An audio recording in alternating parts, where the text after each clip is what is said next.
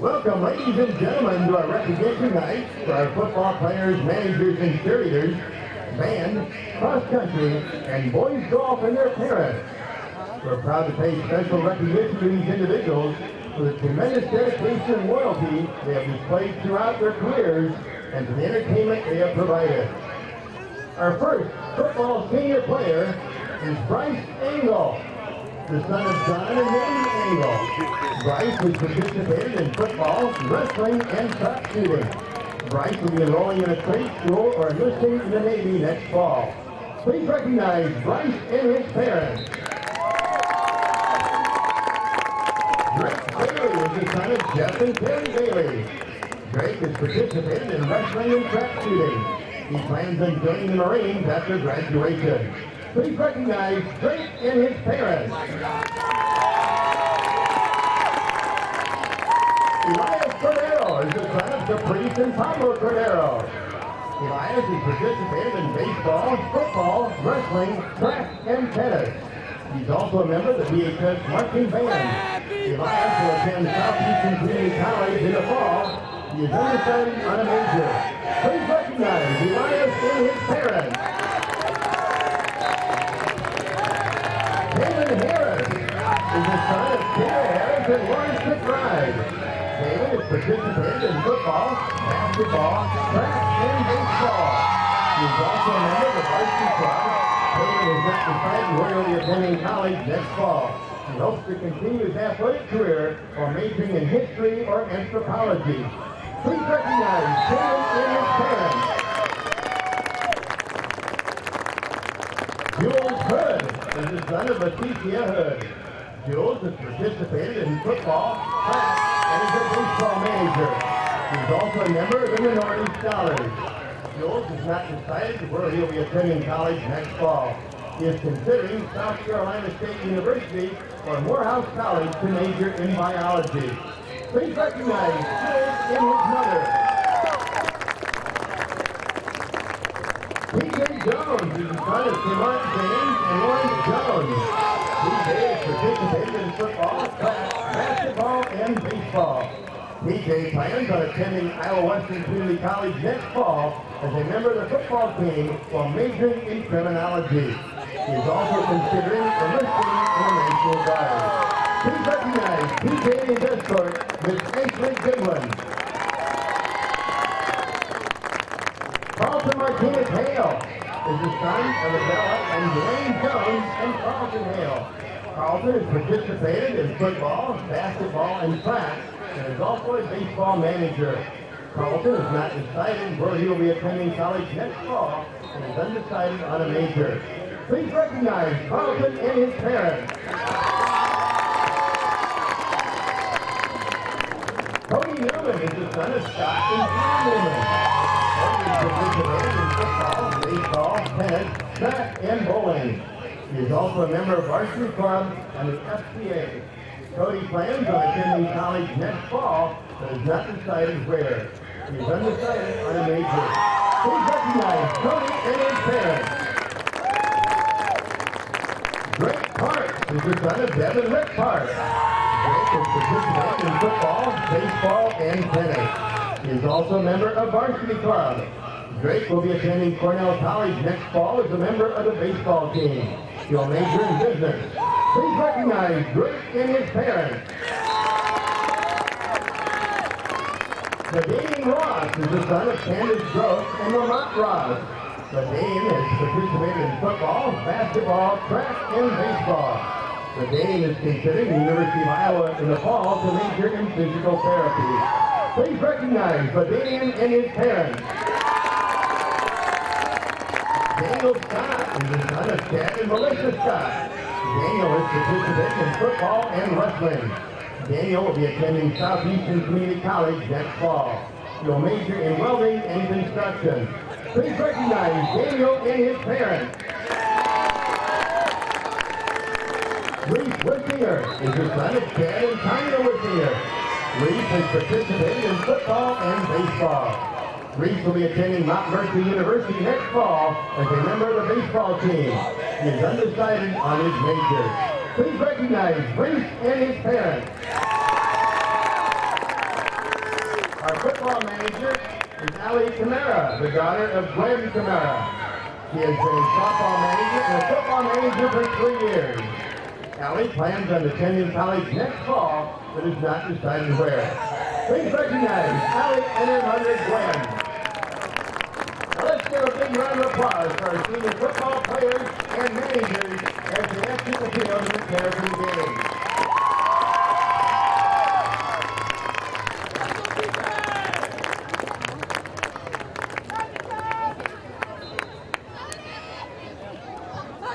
Our first senior band member is Ethan Borchard, the son of Craig and Ann Borchard. Ethan has participated in symphonic band, jazz band, marching band, full orchestra, pep band, soccer, and National Honor Society. His plans after graduation include attending the University of Iowa to major in biology. Please recognize Ethan Borchard and his parents. Kelsey Bush is the daughter of Dr. Michael and Christine Bush. Kelsey has participated in symphonic band, marching band, bowling, golf, art club, creative writing club, and National Honor Society, speech, and debate club, and student council. Her plans after graduation are to attend SBC and later a 4-year university to study animation and with a minor in creative writing. Future plans include working in film production. Please recognize Kelsey Bush and her parents. Paige Clements is the daughter of Chris and Brenda Clements.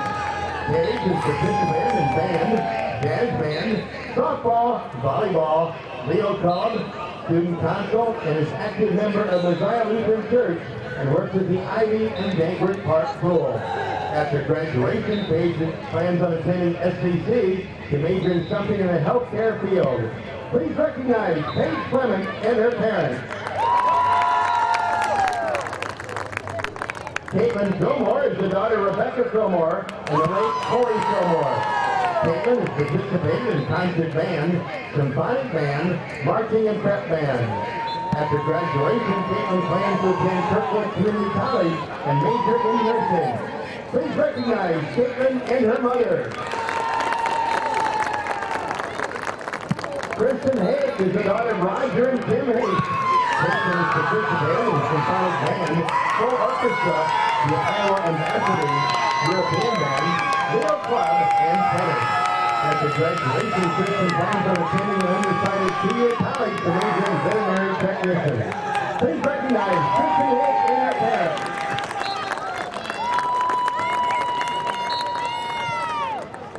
Elijah Kirby is the son of April Coney and John Kirby.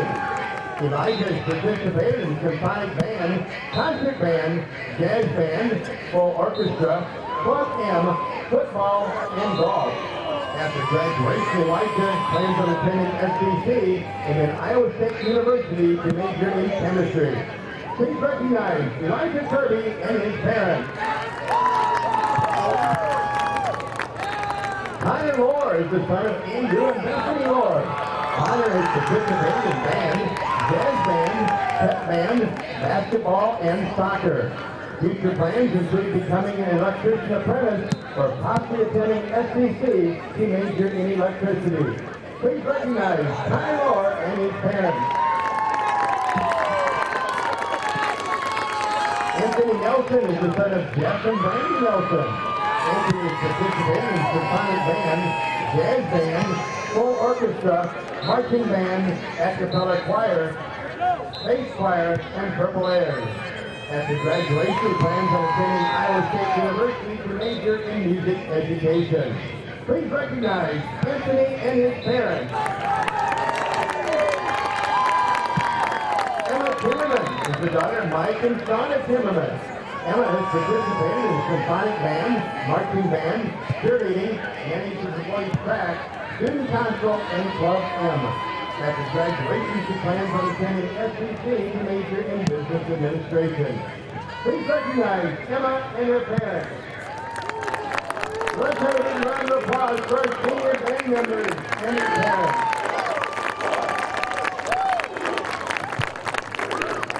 We now recognize our senior fall cheerleaders. Our first cheerleader is Allie Bibbins, the daughter of Brad and Crystal Bibbins. Allie is participating in softball, basketball, track, and cheer. She's also a member of Student Council, Varsity Club, DECA, Politics Club, and Senior Class Cabinet. Allie will be attending the Massachusetts Institute of Technology to major in chemical engineering. Please recognize Allie and her parents. Jillian Bolander is the daughter of Brian and Ann Bolander. Jillian is participating in cheerleading and tennis. She's also a member of Student Council. Jillian will be attending the University of Iowa next fall and will major in nursing. Please recognize Jillian and her parents. Jordan Brooks is the daughter of Benjamin and Tara Brooks. Jordan is participating in dance team, football cheer, competition cheer, and is also a member of the Student Council. Jordan will be attending Southeastern Community College next fall to work toward an associate's degree before transferring on to the University of Iowa or the University of Northern Iowa. She's undecided on her major. Please recognize Jordan and her parents.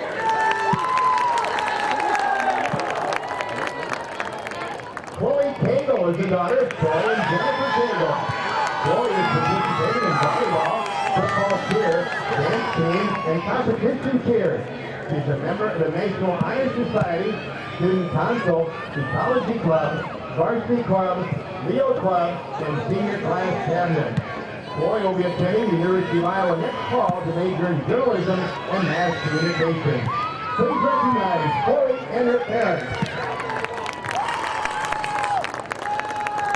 Sarah Dodge is the daughter of Stephanie and John Dodge. Sarah has participated in football cheer, basketball cheer, wrestling cheer, competition cheer, and tennis. She's also a member of Student Council, National Honor Society, Leo Club, Eastern, State, and Intel International Science Fair, AP Club, and Ecology Club. Sarah will be attending Michigan State University next fall. She will double major in microbiology and biology with a minor in chemistry on a pre-med track with the intent of becoming a pediatric oncologist. Please recognize Sarah and her parents. Kennedy Gravel is the daughter of Jane and Brian Gravel. Kennedy has participated in dance, singing, and cheer. She is also a member of the BHS marching band, symphonic band, full orchestra, choir, and is secretary of the National Honor Society, co-president of the Ecology Club, and on the executive board of Student Council. Kennedy will attend Mount Mercy University next fall. She'll major in nursing and minor in psychology. Please recognize Kennedy and her parents. Emily Mark is the daughter of Maureen and Don Mark. Emily has participated in volleyball, football cheer, and competition cheer. She's also a member of Student Council, Senior Class Cabinet, Leo Club, AP Club, DECA, Ecology Club, Chamber Orchestra, and the Phoenix Effect. Emily will be attending the University of Iowa next fall for a major in nursing. Please recognize Emily and her parents. Courtney Parton is the daughter of Chad and Michelle Parton. Courtney has participated in football cheer, football manager, and is also a member of the Varsity Club. Courtney will be attending Southeastern Community College next fall. She's undecided on a major, but is considering accounting or working toward becoming a CNA. Please recognize Courtney and her parents. Reagan Ryman is the daughter of Laura and Rex Ryman. Reagan has participated in cheerleading and is a member of Student Council and Senior Class Cabinet. Reagan will be attending Southeastern Community College next fall to major in business advertising. She'll transfer on to the University of Iowa upon completion. Please recognize Reagan and her parents. Now let's have a big round of applause for our senior fall cheerleaders. We now recognize our cross-country senior student athletes. Tiffany Conrad is the daughter of Tom Conrad and Ken Bond. Tiffany has participated in soccer and cross-country. She's a member of Leo Club, Math Club, Minority Scholars, Varsity Club, Dream Catchers, and Politics Club. Tiffany will enter the Physical Therapist Assistance Program at Kirkwood Community College next fall. Please recognize Tiffany and her parents. Jasmine Gall is the daughter of Robert and Anna Gall. Jasmine has participated in soccer, cross-country, track shooting, and Club M. Jasmine will be attending Iowa Wesleyan University next fall to major in child welfare social work. Please recognize Jasmine and her parents. Stella Hartman is the daughter of Leah and Steve Hartman. Stella has participated in cross-country, track, basketball, and bowling. Stella will be attending the University of Iowa next fall. She'll enroll in the music program to major in organ and education. Please recognize Stella and her parents. Brayden Hayes is playing for the Quinton. Brayden has participated in football, wrestling, cross-country, and soccer. He's also a member of Student Council, Ecology Club, Student Protect, and Politics Club. Brayden is looking at the site where he will be attending college next fall with life attending 4-year university. His undefined mind major. Please recognize Braden and his parents. Natalie Thompson is the daughter of Marvin and Janet Thompson. Natalie participated in track, volleyball, golf, and cross country. She's also a member of Student Council, the National Honor Society, Varsity Club, and the BHS Marching Band. Natalie will be attending Southeastern Junior College next fall before transferring on to a four-year college. She'll major in nursing with the intent of pursuing her career as a dermatologic nurse practitioner. Please recognize Natalie and her parents. Now let's have a big round of applause for our senior fall cheerleaders. Last but not least, we'd like to recognize our senior boys golf students. Our first senior is John Jarvis, the son of Mike and Lisa Jarvis. John is participating in golf, tennis, baseball, basketball, football, and bowling. He is also a member of the BHS Marching Band and Jazz Band. John will be attending Southeastern Junior College next fall as a member of the SEC golf team. He's undecided in his major. Please recognize John and his parents. Harrison Murray is the son of Matt and Linda Murphy. Harrison has participated in golf, basketball, bowling, and soccer. Harrison will be enlisting in the National Guard after graduation. He will attend Southeastern Junior College in the fall to major in business of conservation. Please recognize Harrison and his parents. Seniors and parents, thank you all for what you've done for our Greyhound Fall program. We appreciate your efforts. We wish our hounds the best of luck in tonight's game and in all their future endeavors. Let's give these seniors and their parents a final round of applause. Thank you, seniors and their parents.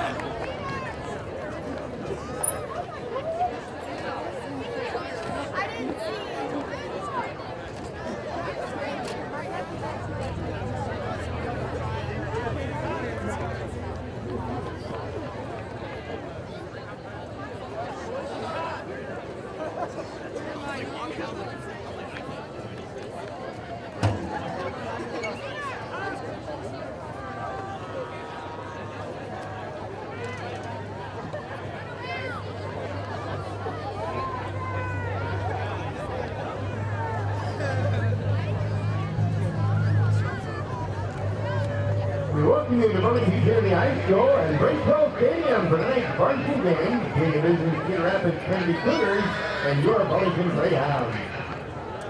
As expected, please not stand in the upper walkway of the stand. This is a fire and safety hazard and it makes it difficult for others to get to as well. Please help out by finding a seat in the stand. And thank you for your cooperation.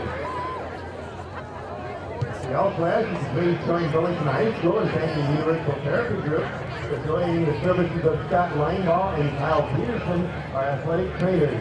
This is Scott's 24th year serving BHS athletes. Please take the time to thank Universal Spread, and now that's all done away with. Now you just get your strength of opponents. And so I think it gets really a better look at the teams that really are in that top half of the class, so that you get, I think, a better mix. And I know probably in a couple of years they'll talk about reseeding these teams after each game and trying to find the best matchups across the state. So that'll be, that's going to be the fun part of seeing tournament football now this year moving forward. And theoretically, the top 16 teams in the state of Iowa will make the playoffs. Right. And they've, in lieu of what they also used to do, you might remember, especially when it was 32 teams, they would split the state north and south along I-35, and so you'd have an Eastern 8 and then a Western 8, and that's really, it's going to take care of itself because of the way the districts are set up. Exactly. But it's no longer, well, 4 teams are, or 8 teams are going to come from the eastern part of the state, and 8 teams. It's just going to be the best 16 teams and in the state of Iowa. Which has been the argument that the CIML has always talked about, and the Mississippi Valley has always talked about, that the western or the central part of the state has always had tougher opponents to deal with versus the east and the west side. And so now you're going to really get a true value and look at that and still get the flavor of the east and west when you have your district champion. So I think right now for Iowa, it's the best of both worlds. Well, it'll be a fun night. Obviously, senior night always is. The hope, I think, if you're a Burlington Greyhound supporter, is that you don't see a repeat of last week, 61-21. You don't see a repeat of Bettendorf 65-0. This is a team in Cedar Rapids Kennedy that in the 2 years of this series, although very abbreviated, has owned Burlington, winning 77-13 up at Kingston Stadium 2 years ago, and then last year down here at Bracewell by the score of 49-14. And yet again, as you look at it, it's us against them. It's David versus Goliath. We've got 40 kids or 45 kids who are in uniform and healthy. They've got, I think you're looking at 65 to 70 kids who are dressed in uniform tonight. And, the interesting thing to me, Scott, as we get into the game is, what is Kennedy really preparing to do? They know they have to win to get in. They, I'm sure, feel very confident against a depleted Greyhound unit. And so what will they do? Will they try to do something exotic, which we thought Washington tried to do last week, try to give maybe some different looks that other people would want to look at? And I'm not sure why, because they weren't going to the playoffs anyway. But here's a team that really has an opportunity to get in the playoffs. Do they want to show something on video that will make other teams who have to prepare for them think about the things they can do, or will they stay base? And they are truly at their base a traditional Iowa high school football team. They are double tight, flanker, power off tackle, and you need to be ready, because they are going to, if they decide to just ram it down your throat, it's going to be powerful. And right now our defense is at a point where we are most vulnerable inside the tackles. We do a nice job coming on the outside. So it's going to be interesting to see what they do. On the other side of the coin, this really is kind of a kickoff for so many of the young guys as the seniors make their way out. You're looking at a freshman quarterback in Brock Dengler, who's going to get some significant wrench. You have 2/3 or 3/5 of an offensive line that are sophomores. So now are there going to be some other guys that Coach Shea is going to try to stick in there to see what's going to happen for next year? So a lot of different exciting subplots could play out tonight. Well, those subplots were discussed yesterday in full. As I always say, John and I could sit here and talk for the next 19 minutes and 41 seconds, but that would do us no good, or at least it would do Zach Shea no good. We spent 15 minutes talking about things. Obviously, he has some thoughts about his outgoing seniors as well. You're not going to want to go anywhere to hear those. The pregame interview with your head coach, Zach Shea, coming up in mere moments right here on KBUR as the pregame show rolls on.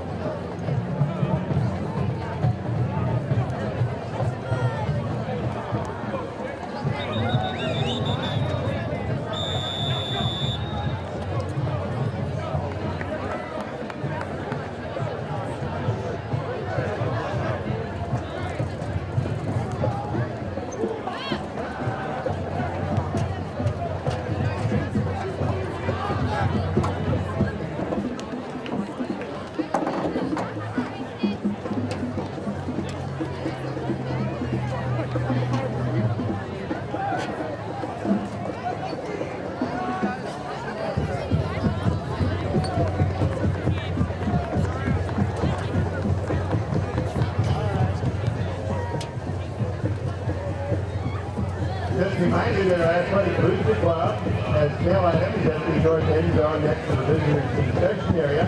Some good values on some good products for apparel and other booster club items for sale in the north end zone.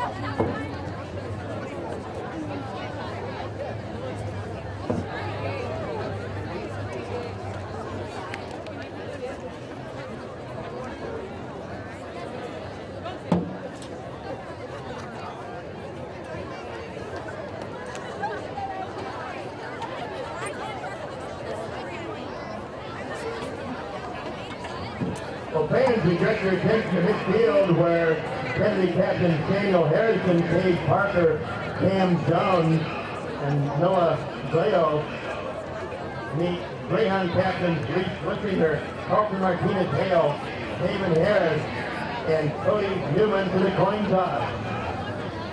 And fans, the Extra Heartbeat Foundation is extremely excited to present our first ever co-honorary captains of the week to Tom and Tammy Queen. These two have been positively guiding, impacting, and inspiring youth for a combined 70 years.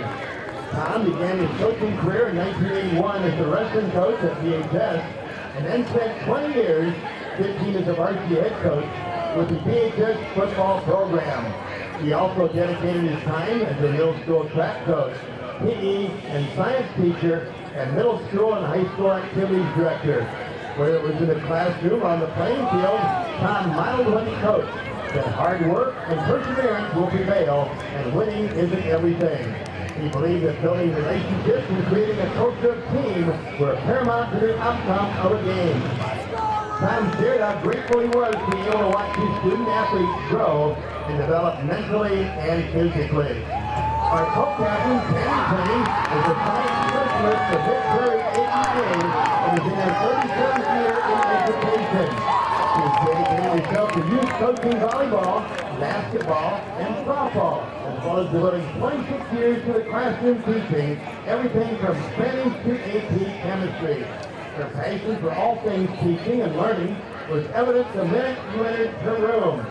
Beyond classes, she coached and mentored science research students in the state and regional science fairs for 8 years.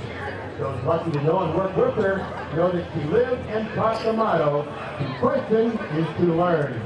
She shared that there is never a dull moment when you're working with youth as they push you to be your best every day. Tom and Tammy have 3 children who are all Burlington alum and 2 granddaughters they love to spend their free time with. Thank you for all your years of mentoring and inspiring youth. You never stop learning and growing.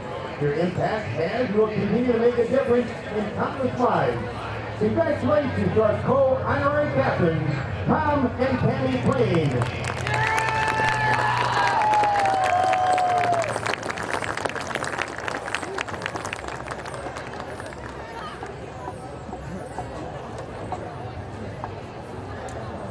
The Greyhounds won the toss and elected to receive to begin the game.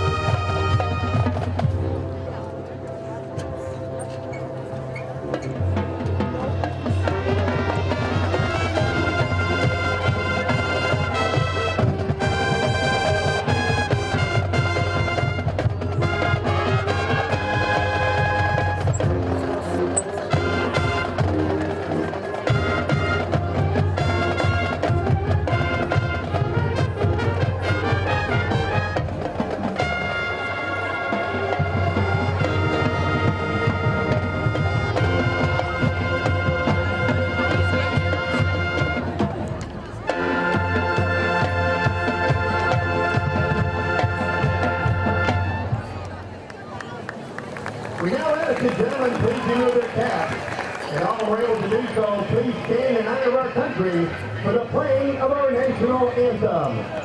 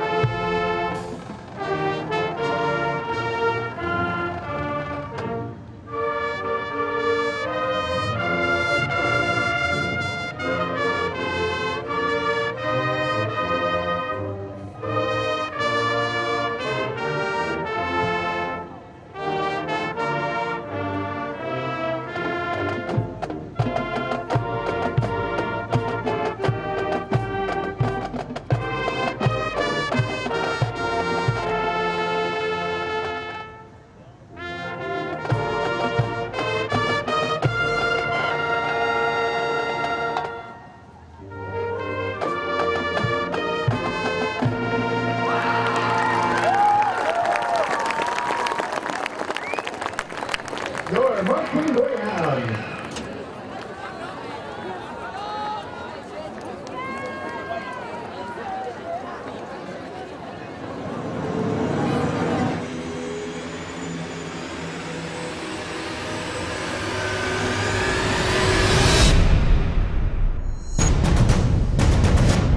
Okay, listen. Everybody look at this helmet. Okay? This helmet is made with integrity. Integrity is the state of being whole and undivided.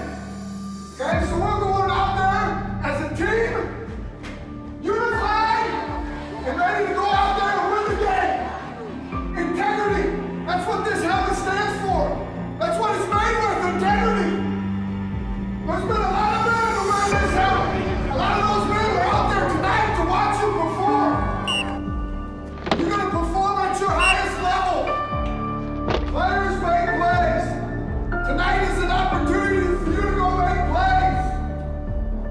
You gotta play through injury, you gotta play through being tired. This is a great opportunity. Take advantage of it. We talked about going to work every day. You're gonna work every day. Today is payday. Go get paid. Hit the lights. Close your eyes. Can you picture yourself running down on kickoff? Because that's the first unit up. Running down on kickoff and making a big play. Go through the speed zone, attack zone, strike somebody away from the tackle. Separate the ball carrier from the ball. Understood? Understood? Did you picture it? Did you picture us on defense? Play after play, hitting them in the mouth. You see it? Do you see us on offense? Running the ball, dragging down with a throw. Do you see us interrupting the game? Celebrating our victories since we just got paid.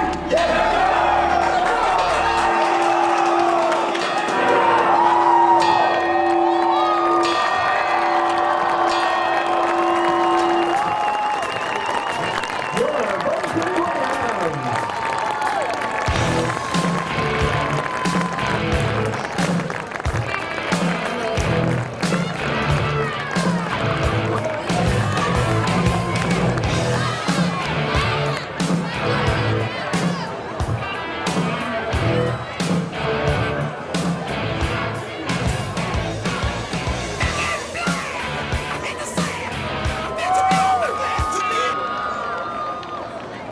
Please welcome your game officials to this evening's varsity game. Rob Noah, Shane Remington, Ray Bucklinger, Brad Johnson, and Alan Grewal.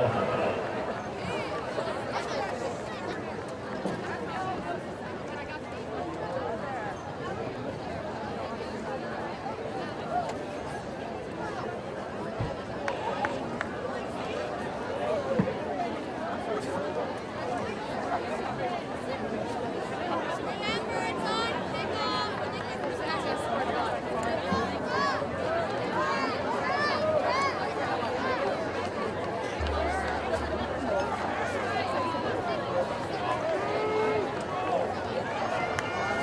Well, fans of Greyhounds thank the many contributors who have made our Great Falls Stadium renovation process a success. Some of the hundreds of participants and those who donated funds are Murray Foundation, Refreshment Services Pepsi, API Concepts Inc., Frank Miller and Company, Chase New Holland, Dr. Kurt Inc., Ideal Ready Mix, Sherwood Company, Cleveland Dermatology, Ivy Food Store Number 1, WW Transport, Greater Burlington Partnership, Great River Health System, the Hawkeye, American Eye Center, Midwest One Bank. Blowing across the field toward the cannon on the hill. We have it on the tee. We're ready to go. Conlon Byers is ready to get us underway here in the final regular season game of 2018. Thanks so much for joining us. It's a knuckleball taken on one hop and through the hands of Mark Smith. Picks it up at his goal line. Across the 5 to the 10, up the near sideline. 15, 20, still on his feet. 25, 30. That speed kicking in. 35, but he runs right into the arms of a tackler at the 39-yard line. But what started as a muff turns into a 39-yard return for Mark Smith. Yeah, nice job by Mark being able to just hold his composure. The beauty of field turf, Scott, you can stop on a dime. In the old Bracewell Stadium, you might be sliding for a few steps and be taken out of bounds. But able to use his ability to cut on a dime, Mark Smith gets a few extra yards and gives the Greyhounds great field position to start their first drive of the night. Call it the 38-yard line. Listen for the name Cade Parker. Cade Parker is the leading tackler by 30 tackles for Cedar Rapids Kennedy. Here's Harris off the left side on the first play from scrimmage. He's got 2 to the 40 and not much more as he ran into a large wall of white shirts. And leading that wall is the aforementioned Cade Parker. Obviously, that 3-5 does a great job for Kennedy. Ethan Martin, the 6'6", 310-pound nose guard, going against our own Travis Thompson, who is given a gracious 6'1", 220 pounds as a sophomore center. So obviously a lot of work those guards are going to have to do to help Travis hold Second him. and 8 from the 40. Here's a pitch to Harris, trying to come around the right side. He's hit behind the line of scrimmage and dropped inside the 35. They're going to give him the 35 for forward progress, but a loss of 5 will bring up 3rd down and long. And we did kind of see, though, Burlington took its time coming out of the huddle. I think they feel if they have a chance tonight, they're going to have to slow this game down. Well, again, you got to shorten the game. You can't allow things to happen. Kennedy's defense is a one-gap attack slant defense. What you'll see out of the front 3 is those guys will shoot gaps depending on what the call is to the field, to the boundary, to the strength of the formation, and then their linebackers are able to run free. 3rd and 13 from the 35. Dengler going to roll left. He throws left. Overshot his intended receiver, Dontarius Sawyer. It was a nice throw and a decent effort to try and make the catch, but just a little out of the reach. Number 23, it flies out of bounds, incomplete. It'll be 4th and 13, and in comes the punt team. Yeah, and that really is a good job by Brock, on his second start, to be able to get that ball over the linebacker and give Dontarius a chance to make the catch. Here we go with the Greyhounds in their unique punt formation. Brantley Koski back inside his own 30 to receive the punt of Carlton Martinez-Hale. Martinez-Hale from the 24 gets it up and away, and it's going to hit at the Kennedy 40 and take a Greyhound roll inside the 30 to the 25, all the way down to the 21 before it's down by LaDanian Ross. Big dummy playing little dummy playing his last game for the Greyhound football team. Obviously, he will play baseball next summer. But LaDanian in uniform for the final time as a Greyhound football player. Kennedy starts from their own 21. Yeah, nice job by Carlton Martinez-Hale. And LaDanian, being the center, did a nice job of hustling down there to get the ball down so that we have a pretty good start for us defensively. So the left-handed quarterback, the senior, 6'5", 180 pounds, Charlie Hafner from the shotgun. Going to play action fake. That's not Hafner. That's going to be Max White. White with a throw into the flat right side. He's got a man wide open across the 40 to the 41 is Cam Jones. Cam looking like a mini Dallas Clark right there for a gain of 20. Yeah, and this is what we were talking about, Scott. Are they going to line up in their traditional 21-22 personnel that Zach had talked about in the pregame? Or are they going to come out and spread and give some other guys around the state something to look at? Max White, only 18, now 19 attempts on the year. the second-team quarterback all season. Here's a give on 1st down and 10 from the 41 to the tailback, and that's the fast Carrion Hendred. And Hendred into Greyhound territory at the 49, a gain of 10, and 2 chunk plays to start off for Cedar Rapids Kennedy. Yeah, Carrion Hendred averages 6.3 yards per carry with a lot of speed, but not afraid to run in between the tackles. And the Greyhounds are just going to have to try to find a way to keep him inside the tackle so he can't use that speed on the outside. And I'm going to change that to Chiron Hendred. Flip the I's, wrong side of the R, so it's Chiron Hendred. 1st and 10 from the Greyhound 49. Here's White on a keeper. Finds room off the left side. One man to beat. Tries to elude Mark Smith. Smith able to slow him up enough to get some reinforcements, but not before a gain of 17 down to the 32. Just a great push by the offensive line led by Zachary Ender, the 6'4", 280-pound senior left tackle for the Cougars. And, just that's going to be what the Greyhounds are going to have to contend with all night, just their ability to move people. We have to find a way to use shifts and stunts as a way to disrupt that flow for the offensive Big front. number 15 making his reemergence. Mason Fort in at linebacker for the Greyhounds. 1st and 10 from the Greyhound 32. White with the direct snap, going to take it off the left side, and Fort able to trip him up, helped out by P.J. Jones, a gain of 7 down to the 25. Good to see Mason back on the field. I know that he's not quite at 100%. He's still got a little bit of a limp to him, and of course, being able to stop and make a cut to come back on a tackle is going to be a little bit difficult tonight. So 2nd down and short upcoming for the Cougars, who started this drive on their own 21. They've moved it down to the Greyhound 25. Just underway, no score. The Greyhounds went 3 and out on their first possession. Kennedy currently with the ball, trying to knock down the door to the goal line. White from the shotgun, flanked to the right side by Samuel Harrison. Check that. That's going to be Brantley Koski. Koski with the carry off the left side. Wanted to go up the gut. Had to cut it outside because that was clogged up. Thought I saw a 3. It was actually a 7. Koski knocked out of bounds at the line of scrimmage. It'll be 3rd and 3. Yeah, Drake Bailey almost with an opportunity to get a stop behind the line of scrimmage. Just was not able to get his hands on the ball carrier. I promised John Flaherty between this year and next I will either get a high-powered set of binoculars and learn numbers better or get glasses. Because I've had a ton of trouble both. this year. Or both. That'd be good for you. I don't want glasses. Use mine. Now a elongated I formation. Give it to the second man through. That's the fullback, and just plowing his way down to the 20 is Cade Parker, the tackling machine on defense. Now the 5-yard running back for a 1st down on 3rd and short. LaDainian Ross with the stop there. That is called the KC1 formation. KC1 made formation. famous by the Kansas City Chiefs with one football coach, Hank Stram. Who like to matriculate it down the field, which is what I will say every so often. Right. Got it. I'm glad I could bring Good knowledge job, to Leonard. you. Good job. Len Dawson, Super Bowl 4. 1st and 10 from the 20. Cougars knocking on the door. Cody Newman jumped, got back in time. Giving off the right side to Hendrick, and Hendrick just going to take it into the end zone virtually untouched. Karen Hendred with a 20-yard touchdown run off the right side, and it's 6-0. Too much speed in that 3-by-2 set, and they got our guys spread out, and you got to try to defend that with cover 1 man-to-man defense. And once you get locked up, it just provides so much space that Hendred able to really almost, he could have walked that in. That's how big that hole was. So a bit of a muddle huddle as 8 players go to the left side. Now they come to the line of scrimmage as the ball is centered on the middle hash.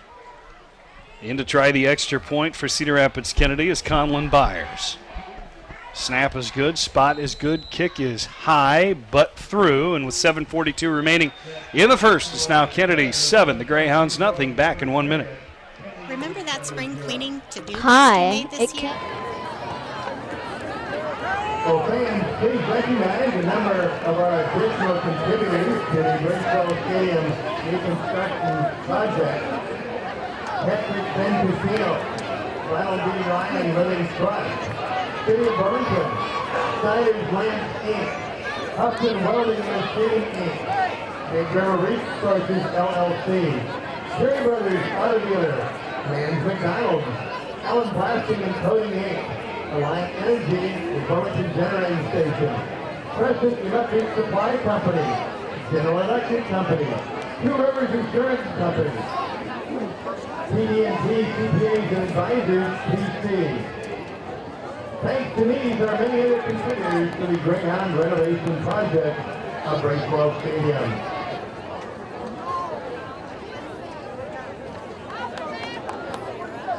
High school 10 is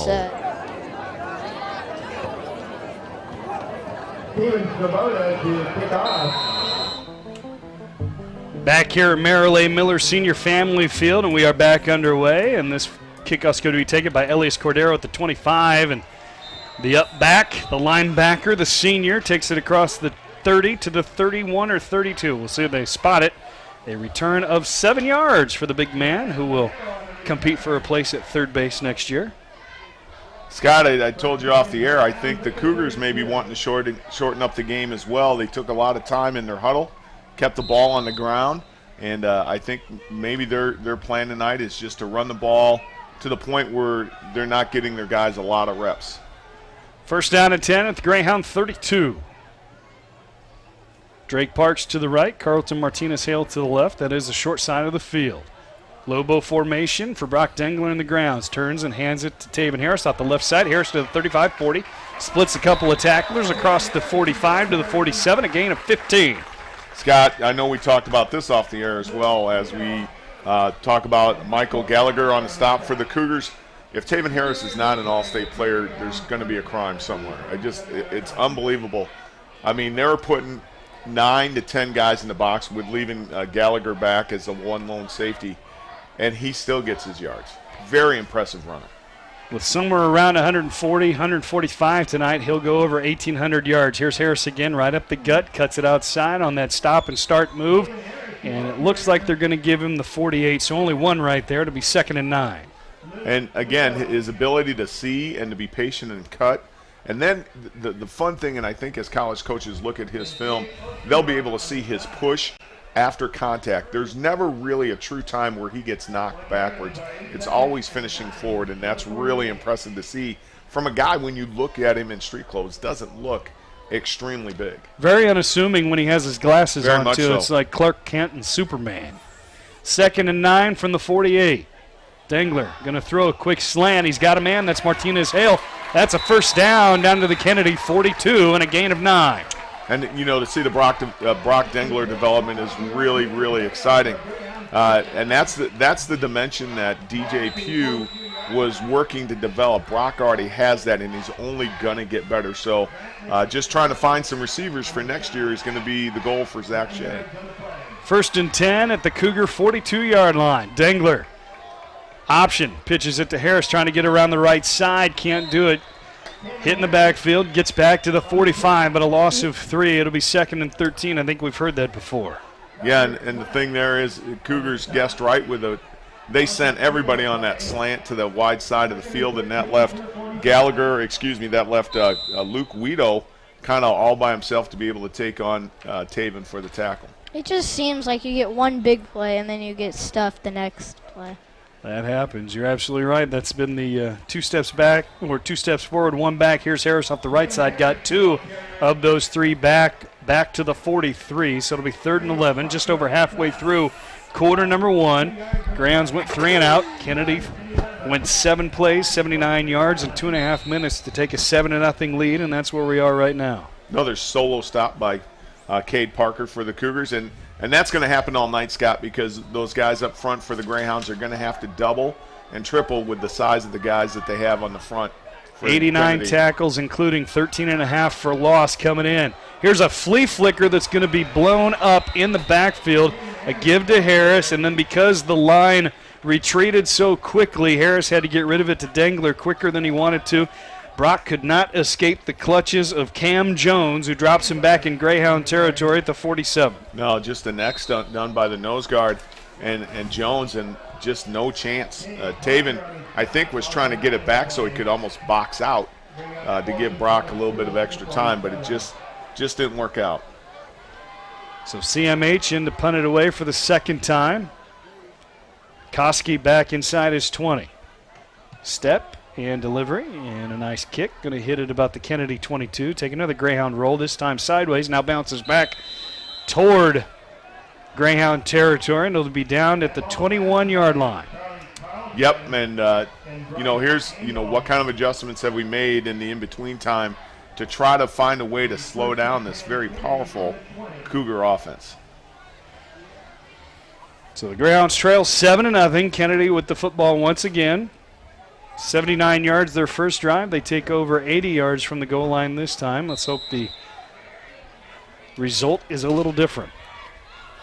Max White behind center, barking out the signals from the shotgun. Going to give it to Hendred, and Hendred off the right side, then plants his right foot and turns it upfield at the hash, and he's got the 33 for a gain of 13. Yeah, just really awesome guys up front for the Cougars, and our three guys are working as hard as they can, but you are definitely at a size disadvantage. I would not be surprised to see Coach Kreck will start telling some of his Don linemen to make some cuts and try to create piles that way instead of trying to fight through in a two-gap situation.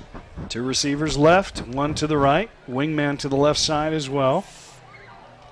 Here's White going to roll left, now throw left, dumps it off in the flat to Hendred. Hendred at the 40, 45, and run out of bounds just short of midfield, I should say, for a gain of 16 at the Cougar 49. Yeah, being chased by P.J. Jones and Mark Smith.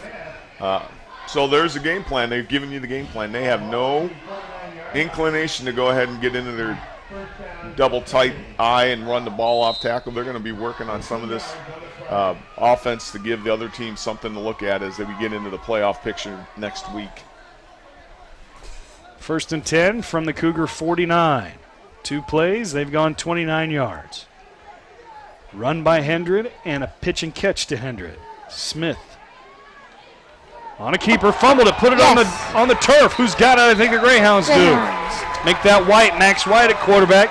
Got hit back at his own 46, fumbled the ball forward, falling on at the Greyhound 49. I didn't catch who came up with it, but the Greyhounds have the football. Great job by Cody Newman to punch the ball out as he's tackling White. Just put his big old paw right in the middle of that. Ball bounces out, and Drake Bailey on the opportunistic fall down to get the recovery for the Greyhounds.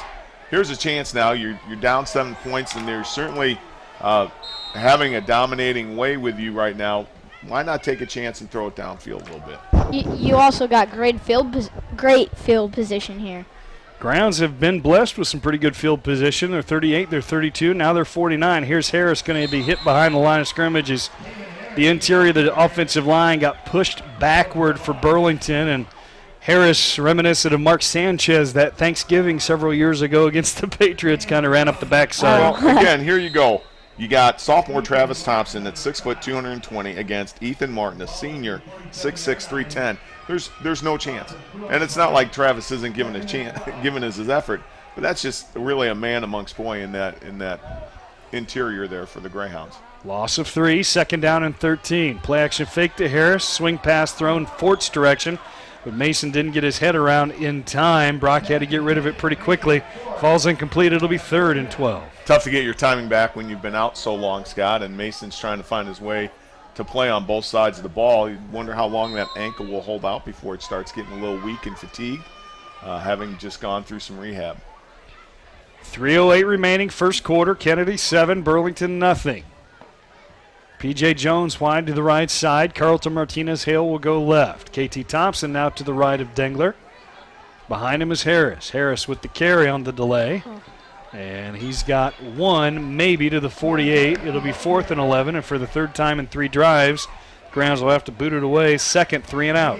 Not only are the Cougars bigger, but their game up front is just to run a double extent. They'll send Miller as the nose guard in one fashion, and then you've got Jones coming in the other way, and then you've got Luke, who did I say before, Luke Guido coming in from the other side. So creates a lot of havoc on the inside. So the Greyhounds will punt it away. Carlton Martinez-Hale just inside his own 35. Bad snap, but picked up on a hop. And a nice kick under the circumstances. Going to hit it at the Cougar 28. Take another Greyhound roll inside the 20, inside the 15, and down at the 13 by Charlie Carlson. Scott, one of the things that you have when you have an athletic punter is you can get the ball off, and Carlton can avoid being hit. But if you had a true punter, that leg would be up in the air, and I think we'd have a situation where a couple times we would have running into the punter, or at least roughing the punter, give us a chance to get a first down that way as well. Are you trying to say that perhaps some Some trickery might get us a penalty or two. Chicanery. Ian, you taking notes? You should punt or kick. Here's Hendred off the left side. He's got plenty of running room. 20, 25, 30, 35, 40, 45, 50. One man to beat. Bradar's got the angle but can't catch him. Hendred to the 10, to the 5, into the end zone, and he leans at the tape as a track sprinter would, and it's 13-0 thanks to an 87-yard touchdown run. And just like that, they jump back into their traditional off-tackle set, and off to the races go the Cougars. Well, you know what? You knew that this was the type of offense that you were going to see. You just knew it. So, how can you battle through? How can you keep your momentum, keep your motivation, in focus and continue to battle? That's part of the job here. And now I'm trying to look. It's either Conlon, but I think that's Steven Svoboda. I think that's 28, not 26. It is Steven Svoboda. So Svoboda in to try his second extra point. And Svoboda's kick is good. So with 2:09 remaining first quarter, it's now 14-0 Kennedy on top. Back in 1 minute.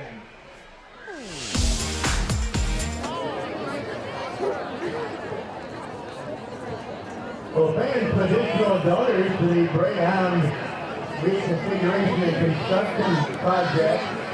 Plenty of associates, Blackhawk Elementary PTO, Virgin Railway, the class of 1957, the class of 1953, Virgin Pediatric Associates PC, Sombrero Bar and Grill, Design Home Inc., Greater Copper Beverage System, North Hill PTO, the class of 1964, Grimes Elementary PTO, Course PTO, and the class of 1960.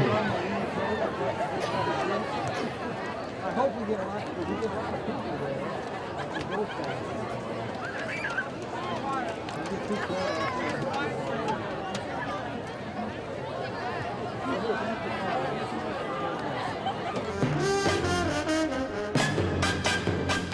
So Steven Svoboda gets the football from the official, and we're about ready to get back underway. 2:09 remaining in the first quarter, and Kennedy on the strength of two Karen Hendred touchdown runs of 20 and 87 yards. It is 14-0 in favor of the Cougars. The approach and a little pooch kick on the near side, going to be taken by Carlson at the 28. He just makes the catch and falls down. Something that they've all been trained to do. When you see the pooch kick, fair catch, hit the ground, give your offense a chance to get started. Well, Scott, we got to try to find an answer. Somehow we've got to try to find a way to be consistently moving the ball downfield. And we got to find a way to stay away from the interior of that Cougar defense. So Brock Dengler comes in from the sidelines, and he's ready to go. Trailing 14-0. Greyhounds with some work to do. Parks will go wide to the right. Martinez-Hale wide to the left. KT Thompson to the left of Dengler. Claps his hands, turns and gives it to Harris. Taven off the right side. And he's got a gain of 5 up to the 34. Yeah, nice tackle by Carson Curie, 5'11", 162-pound junior for the Cougars. And then the host of the rest of the defense came in. Nice little counter-action play, getting option going. Got to find a way to get something to hit outside of that for them. So second down and 5 from the 34. Once again, Parks right, Martinez-Hale left. Ball sits on the right hash. Claps his hand, turns to his left again, give it to Harris off the right side, across the 40 to the 42. That time it's a nice little pickup of 8. And a first down for the Greyhounds as they move the chains. Not for Micah Harris, the 5'9", 141-pound junior. Taven may have gone to the house. Like what the Hounds are doing right now, they're huddling about 4 yards from the football. Get that quick turnaround. Don't give the Cougars a chance to get their defense set. Final couple of plays here in the first quarter. First down and 10 Greyhounds from their own 42. Clap, hand, run off the right side for the third consecutive time, and Taven to the 46th this time for a gain of 4. Just a little chunk here, a little chunk there, and hopefully you can do it 15 or 20 times. Yeah, and Parker again along with number 47, Reese Manternak, the 6'3", 200-pound senior on the stop for the Cougars. And yeah, we'll take this. I'd take 4 yards a crack every time. Move the chains easily. Wait, so you're saying we should have a 20-play drive? If that's what it takes. I'd like that. 2nd and 6 from the 46. Snap to Dengler, going to throw left side. He wants Martinez-Hale, overshot him, intercepted at the 25 and driven back inside the 20, but they're going to spot it at the 20. For Cedar Rapids Kennedy is Brantley Koski, as we've mentioned a couple of times. Yeah, so the Cougars take over here, 1st and 10 on the 20 as the defense gets set for the Greyhounds. It's one of the things that Brock is just going to have to learn as a freshman. You got to push that ball a little bit further to the sideline to allow your receiver to get the ball. So we've got change of sticks, and with 24.5 seconds left to go in the first quarter, we will have the Cougars get about 1 or 2 more snaps, I would believe. 2-by-2 set for the Cougars. Got jet motion, and we have jet sweep. Trying to get a number for you, and that is number 4, Malik Adams on the carry for the Cougars as he goes around on the jet sweep before he's taken down by P.J. Jones and Mark Smith for the Greyhounds. Another pickup for a first down, a little over 20 yards. So it's 1st and 10 from the 35 for the Cougars along their left hash. Come out again in their 2-by-2 set with White behind the center. Another jet sweep, and here comes Hendred on the fake jet sweep. He's wide open. Seam pass caught by number 4, Malik Adams, brought down by Mark Smith again, with P.J. Jones trying to get a little bit of work of the ball out, but not before it's a first down for the Cougars as they spot the ball on the Greyhound 44 as the quarter runs out. And as we get ready to go into the second quarter, it is the Cougars of Cedar Rapids, Kennedy 14, and our Greyhounds 14. Be back after these messages.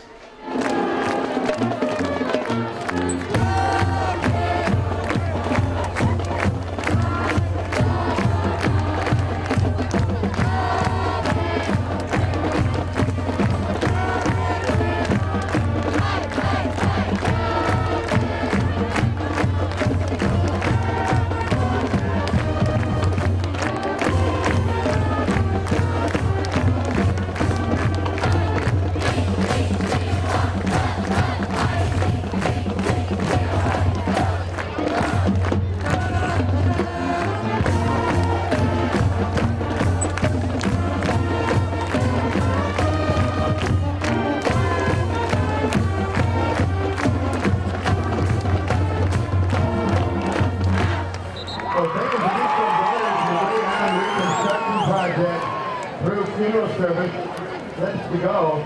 Class of 1961, Happy Joe's and the Carter Living Trust. Quarter. 1st and 10 for the Kennedy Cougars on Greyhound 34. White on the carry-off tackle. Bounces around the end, trying to find an opening. Makes 2 defenders miss. And as they continue work, White's still on his feet before he's knocked out of bounds on the 15-yard line by number 13, Drake Parks. You might have a future at that. Oh, absolutely not. I apologize for that. Just a little under the weather today. Yeah, you don't feel good. I'm not feeling the best, so may not be the last time that happens. Thanks, John, for stepping in. Let me get my bearings. 1st down and 10 at the Greyhound 15-yard line. Max White behind center gives it to his big fullback. He takes it up the middle and off right tackle and cuts it outside, and that's a touchdown for Cade Parker, the tackling machine, as we talked about earlier, with a 15-yard touchdown run, and it's 20-0. But Parker's also one of those guys who can run the ball as he's carries for about a 7.1 yard per carry average for 225 yards on the year. So obviously a dual threat for the Cougars. So Svoboda in to try his 3rd extra point of the first half. And they're going to fake it, and they're going to throw it into the end zone as the holder. They did a muddle huddle, too, as they had half their line over to the left side of the field. They snapped it to the holder, Louis Irvin III. He threw it in the back of the end zone and threw it out of the back of the end zone, trying to hit Thomas Vanek. So with 11:43 remaining in the first half, it's Kennedy 20, Burlington nothing, back in 1 minute.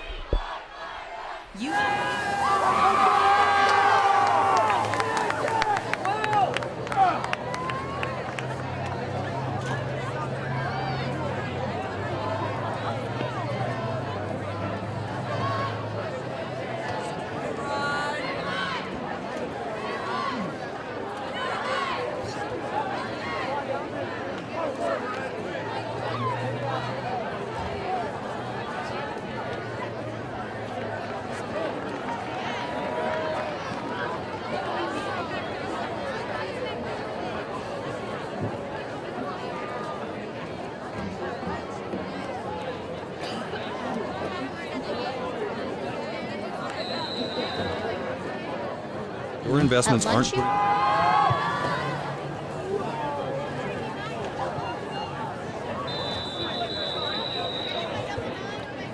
That kickoff out of bounds at the 18-yard line. It's a violation flag.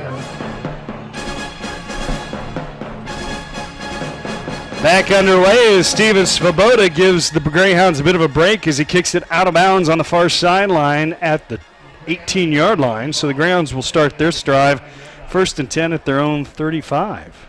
Yep, and again, we will take whatever we can get.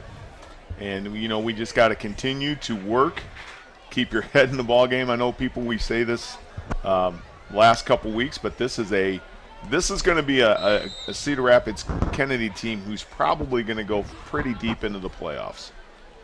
Well, they've got what Washington and Bettendorf have, which is a ton of speed, especially at tailback, and they got a kid who can sling it a little bit. So they're a bit of a dual threat attack, that's for sure. 1st and 10 from the 35, turn and give to Harris, right up the gut. This time he's able to push the pile forward, the pile being him and 5 white shirts up to the 39 for a gain of 4. And that's exactly right. Number 56 for the Cougars, that's Noah Glode. Hope I'm not hacking that name too bad on the stop for the Cougars. But that's what I was talking about earlier in the game, Scott, that Taven, unless he is caught from behind, is always going to finish forward. He has enough leg strength to be able to do that. Exactly, just what just what Dad said earlier. He never falls backwards. I'll give credit to John. John said that. No, you said it earlier. 2nd and 6, give to Harris off the right side. He's got running room midfield into Kennedy territory and hog-tied and wrestled down at the 40 or the 41, depending on which official they go with. I think they're going to give him the 40. Carson Curie with the touchdown saving tackle for the Cougars. And again, this is the reason why you don't want to throw the ball very much, because all of a sudden you continue to give a kid like Taven touches, and he continues to warm up and get better as the game goes. And this is why I compare him to a Garrett Grimshaw and a Josh Osborne. Those guys just needed more touches to get rolling. 21 yards on the carry by Harris. Now Dengler going to fake pitch it to Harris, give it to KT Thompson on a counter around the left side, and that fooled everybody except for the 2 guys that stood Harris, or make that Thompson, KT Thompson. Did I say KT Harris? Yep. KT Thompson. Didn't fool those 2 guys that brought him down for a loss of 1 at the 41. And one of those being Cade Parker, with the leading tackler for the Cougars. Once they got into that trips formation, he was calling out it's either sweep or counter, and he just, since he was the backside linebacker, he said, I'll wait. I can catch him either from the front side, but I think I make a bigger play when the counter comes. It's always amazing to watch these guys that just have that football IQ, that football intuition, and the ability to just blow you up. Here's Harris off the right side. Taven's again got some running room between tackle and end on that side, and he's got enough running room to get down to the 32, a nice gain of 9, and it'll be 3rd down and now manageable, about 2 to go. It's always fun to see guys tackle Taven, because Michael Gallagher for the Cougars is almost mad that Taven is getting the yards that he's getting, because they're like, dude, we've got the scheme, and he still gets his yards. Is that, as a defensive coordinator, the time where you tip your cap like we do in baseball? You just beat me on that. Yeah, without a doubt. I mean, it's fun to watch him run, and he will be missed. 3rd and 2 from the 32. Harris off the left side this time. He's got the 1st down. He's got yardage inside the 25 to the 23, and that man is running hard tonight. He wants 1,800. He's going to get there at this pace. 1st and 10 at the 23. Brock may never throw another pass tonight, just because there are enough people in the crowd and in the boxes that'll say 2 bad things happen when you throw the ball. So it's either incomplete or an intercepted. Well, David needs a $147 tonight to get to 1,800. That nice round number, that would be something to hang your hat on and really establish that new standard, 1,800 yards in a single season. That would be a 200-yard average. Here's Harris off the right side, this time on 1st down. He's got another 5 down to the 18. Yeah, and they're not doing much. They're just running off tackle, and they're finding a way to double team, and in that trips formation, getting 2 extra bodies inside the lead block for Taven. And if I'm KT Thompson and I'm Dontarius Sawyer and I'm Mark Smith, I'm taking notes. Be aggressive, be assertive, and just hit your hole. Yeah, don't dance. Don't try to find the outside lane. Let your shoulder pads and knee pads do the talking. It always seems that it's just that one last man that can stop him. 2nd and 5 from the 18, this time off the left side. Another 4 for Taven, down to the 14. It'll be 3rd and 1. Gotta like the way that this drive's gonna, it's got to come away with points. I don't care if you get 3 or 7. You got to come away with something here. 20-0. Greyhounds trailing. 8:08 and counting remaining in the second quarter. Points are at a premium right now if the Greyhounds hope to get back in this ball game. Parks to the right. Splitting out wide to the left side is Blake Myers. Greyhounds break the huddle at 9 on the play clock. Dingler turns to give to Harris off the right side. He's got another first down inside the 10 to the 9. That's a gain of 5, and it'll be first and goal. And if I'm the offensive line coach for the Greyhounds, I'm thanking the defensive coordinator for the Cougars because it's becoming a guessing game because the Cougars are timing the snap count and are trying to stunt into the hole they think Taven's going to.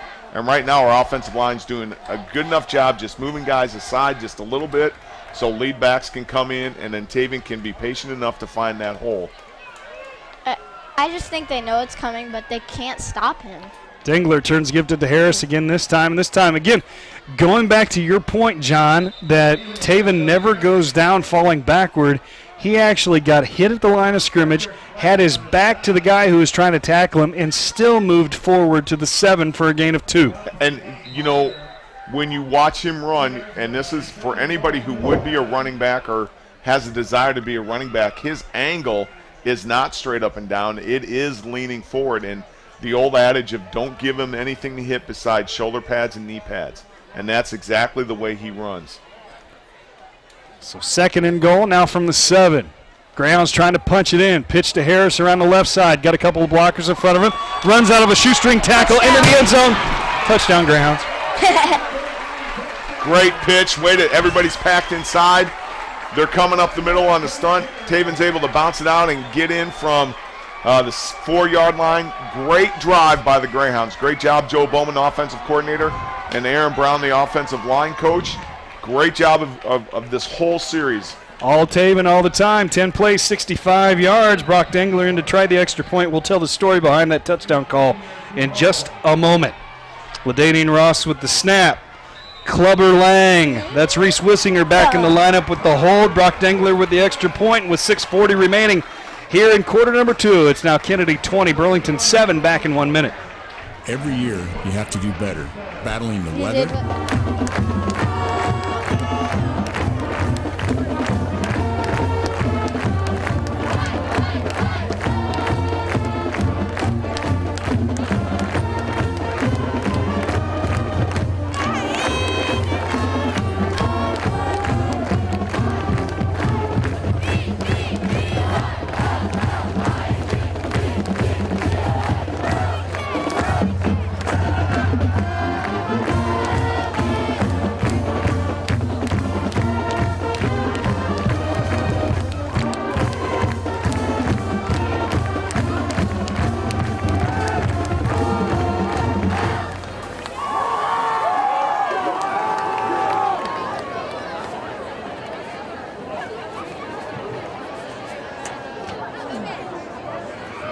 Matt White back to receive for Kennedy.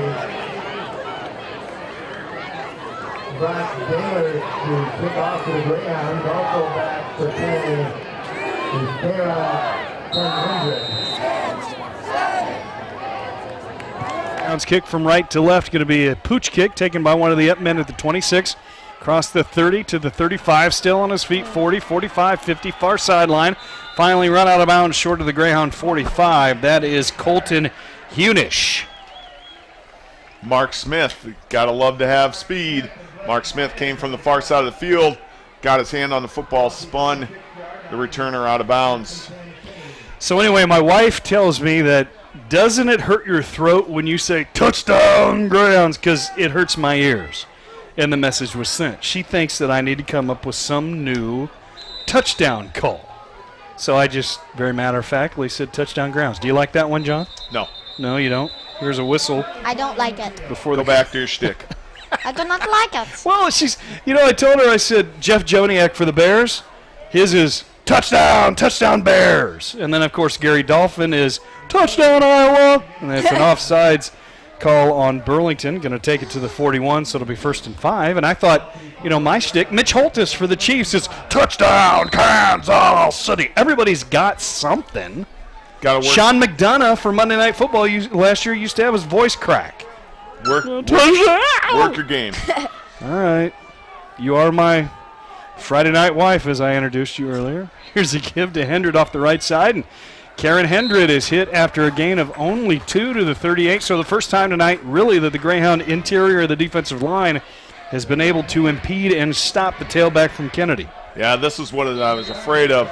Once you start getting in the mix, Mason Ford with the tackle now coming up, hobbling on that tender ankle. I don't know if he'll be able to get back in or not. But and with the desire to come back, sometimes you rush it and come back too quickly because the season's so limited. I'm cutting you off a lot tonight. I apologize. Yeah. 2nd and 2 from the 38. Here's Hendred around the left side, and he's got running room all the way down the far sideline. Hunter Timmerman's looking for some sort of penalty on that side, but there's nothing called, and Hendred scores from 38 yards out, and it's 26-7. I'm not sure why Zachary Under, the 6'4", 280-pound senior tackle, would have the feeling that he needed to hold Hunter Timmerman, 5'10", 180 pounds. But he did. I saw the jersey pull, and Hunter was right to turn around and say, Mr. Referee. Well, Scott, go ahead. Go ahead. One of the things that I think you may see here tonight is you may see the Cougars line up in a traditional 2-point conversion try outside of these extra points.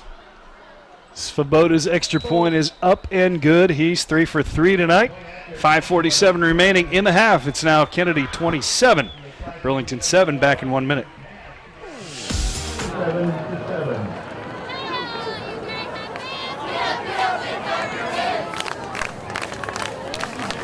Fans are great on Booster Club. There's a number of clothing and other items for sale at reduced prices at the north end zone next to Visitors Concession Stand. Some good values for the end of the football season. Just at the north end zone to the west of the Visitors Concession Stand.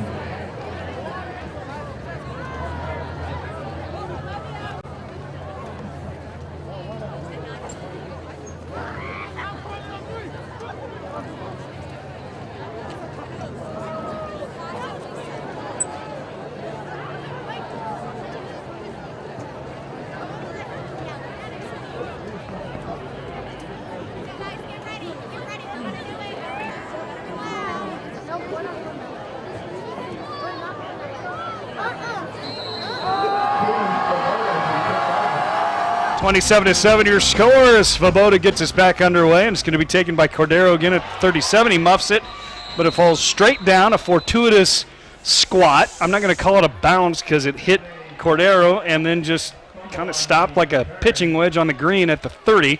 So a muffed return of 3 yards, and the Grounds will start this drive at their own 30. You know why? It is obvious that the Cougars have had their way with the Greyhounds early on. We have put together a very solid drive. This would be a time for us to answer and take another 5 minutes, 40 seconds off the clock and put ourselves in a position to score again. Let's keep going to Taven. I wonder if they know Taven's going to get a lot of carries. Well, they probably do. Dangler turns and hands it to Harris off the right side, and Taven really had to navigate his way through the minefield of the interior of the offensive and defensive lines. Had to do that drill where you have to go up and over the ropes. Gained 5 out of it just by picking up his feet. And Cade Parker again for the Cougars in amongst the tacklers. And I got to tell you, the other guy that is making some contact is Michael Gallagher. And the thing that is really crazy is if we ever tried to do a play action, you know, running a seam off of a fake to Taven could be the answer. 2nd and 5 from the 35. One step, quick slant to Carlton Martinez-Hale, who makes the catch and then really kind of just stood there and said, come get me. He got 7, but if he'd have kept running forward across the middle, he might have gotten 4 or 5 more. I'm not sure if he was going to like try to stop and reverse pivot and try to get going somewhere, but it was like, hey, there are big guys coming after me as Cade Parker was bearing down on him. It's like when you're playing Madden or something and the joystick does not react at the same time as what's on the screen. Yeah. And he just kind of stopped, and 4 guys converged and dropped. First down nonetheless, but yay, could have had 4 or 5 more, it looked But again, this, you know, a nice blow for Taven here to give to Harris off the left side. Again, positive yardage. forcing the pile forward all the way to midfield. I mean, he got hit at the 44, 45 and pulls the pile forward for another 5 yards. It's going to be 2nd and 2. Yeah, good job, Tyler Bailey, Cody Nixon. Talking is Tyler hard. Bailey, Isaac Wixom, excuse me, doing a great job, and then Travis Thompson coming in and helping to push the pile. So if Cody Newman and Isaac Wixom had a baby, it would be Cody Nixman. Is that what you're saying? I was trying to get everybody that I saw in there. 2nd and 2 from midfield. Again, turned in hand to Taven. He's got the first down, a gain of 3 to the 47. The other silent guy in this whole thing is Nash Garlow. He has the added pressure of trying to pick off the edge rusher, which is number 44. We called his name before, Cam Jones, 6'3", 235-pound junior tight end and defensive end. With all of those guys, Scott, it is still amazing that there are still 6 to 7 guys who are playing both ways for the Cougars. They have a lot of kids. Yes, they do. They have a roster that expands from 125 all the way down to the other 35. 1st and 10 from the 47. Here's a misdirection counter play to KT Thompson. And again, he's hit behind the line of scrimmage. And I think I've kind of figured out maybe what's going on with KT is he is so concerned with holding on to the football that as soon as he gets hit and his momentum stops going forward at all, he just kind of wraps that football to make sure he doesn't fumble it. Well, the other thing that happened there is Nash Garlow, who's pulling on this counter.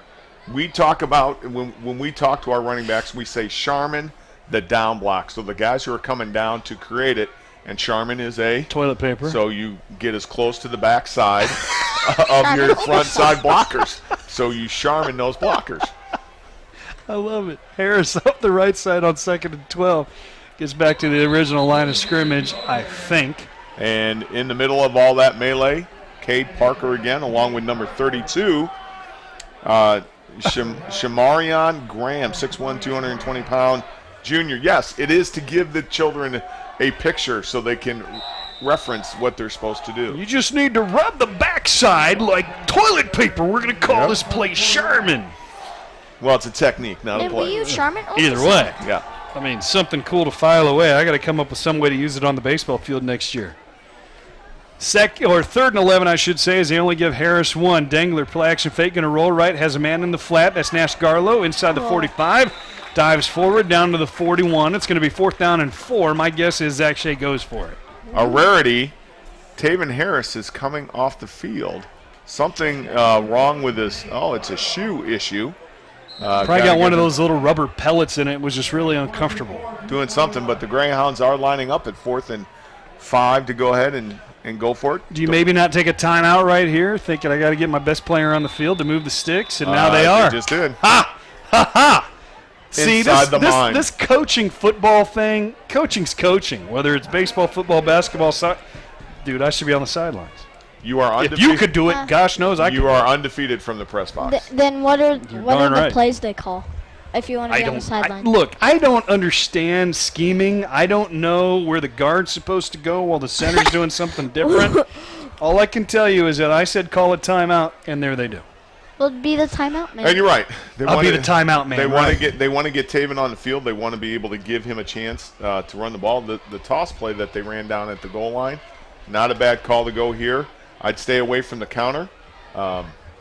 Give yourself, the off tackle has been going. So don't, as Coach Pleen, who we saw wandering around and was the speaker at last night's team dinner, talk about dance with a girl that brung you. So go ahead and run Taven. And for those of you who think John's talking about taking a girl to a dance, which he never did. I never did. That's simply a metaphor for do what you do well. Right. If the girl that you've been with come to prom, then you should take her to prom, right? So if Taven Harris has run for 1,500, 1,600 yards, then you need to run him. Metaphors. Well, I understand things. 4th down and 4 from the Kennedy 41, 27-7, a minute 43 remaining. Harris in motion, swings out left side. He gets the pass. He's got running room 40, 35. Ooh, almost had it stripped. Able to hold on to the football. Got down to the 30. That's a pickup of 11 on the swing pass from Dingler to Harris. Nice little wrinkle the Greyhounds put in there. I was a little concerned. I really thought that Taven got a little face mask there from Gallagher, but apparently not. KT Thompson trying to come in and get the play late. 1st and 10 at the 30. Harris off the left side. He's got 4 down to the 26 and almost broke that. Somebody got his feet. That allowed Jay Oostendorp to grab him from behind. Yeah, and again, the linebackers are going to run free all night, Scott, as the guys up front are going to have to double on just the mammoth size of these down linemen for the Cougars. 2nd and 6. Harris again runs right up the backside of his left tackle, unfortunately, and got that play stopped before it could get started. Line of scrimmage is all he could get. It'll be 3rd and 6, and Zach Shea calls his second time out of the half with $1.02 remaining. Yeah, really, again, a nice drive. Way to keep the ball until the end of the half. And I think, again, this might be with that wrinkle of going ahead and send Taven out, maybe the bubble, and now come underneath with a slant. Lots of things open to you, and that's the beauty of having Brock Dengler being able to throw the ball so well. Here's my question, and we talk about putting things on tape, yada, yada, yada. Is Burlington putting something on tape for a future opponent in the playoffs? And that, all right, we're 2-6, either finish 2-6 or 2-7, 3-6.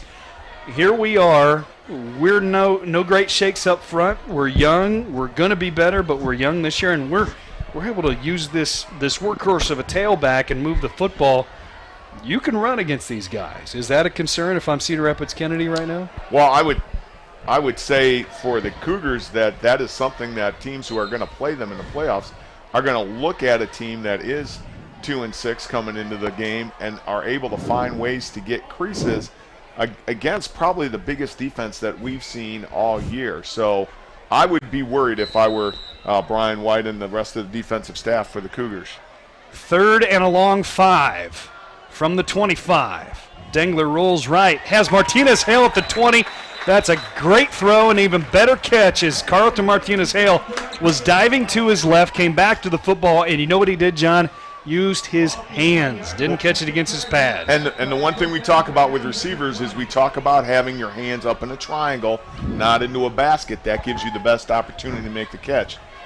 Hounds 1st and 10 at the 20. Clock at 45 and counting. Ooh, there's a mess up as Brock Dengler turned left. Harris was going by him on the right side.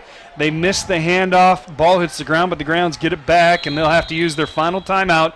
It'll be 2nd and 12 with 31.7 left, and that's the first time I think we've seen that particular drop of the football. We've seen mix-up of mesh points and the RPO, the run-pass options with DJ Pugh.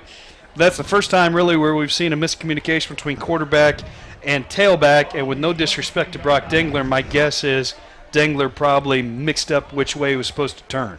That would be my guess, being Harris being the senior, but again, that is, quite the point, because really last week with Brock having his first start, it's a whole new world when you're handing off to guys you normally don't hand off to during the practice week. And so to have just this one miscue, really good thing for the Greyhounds.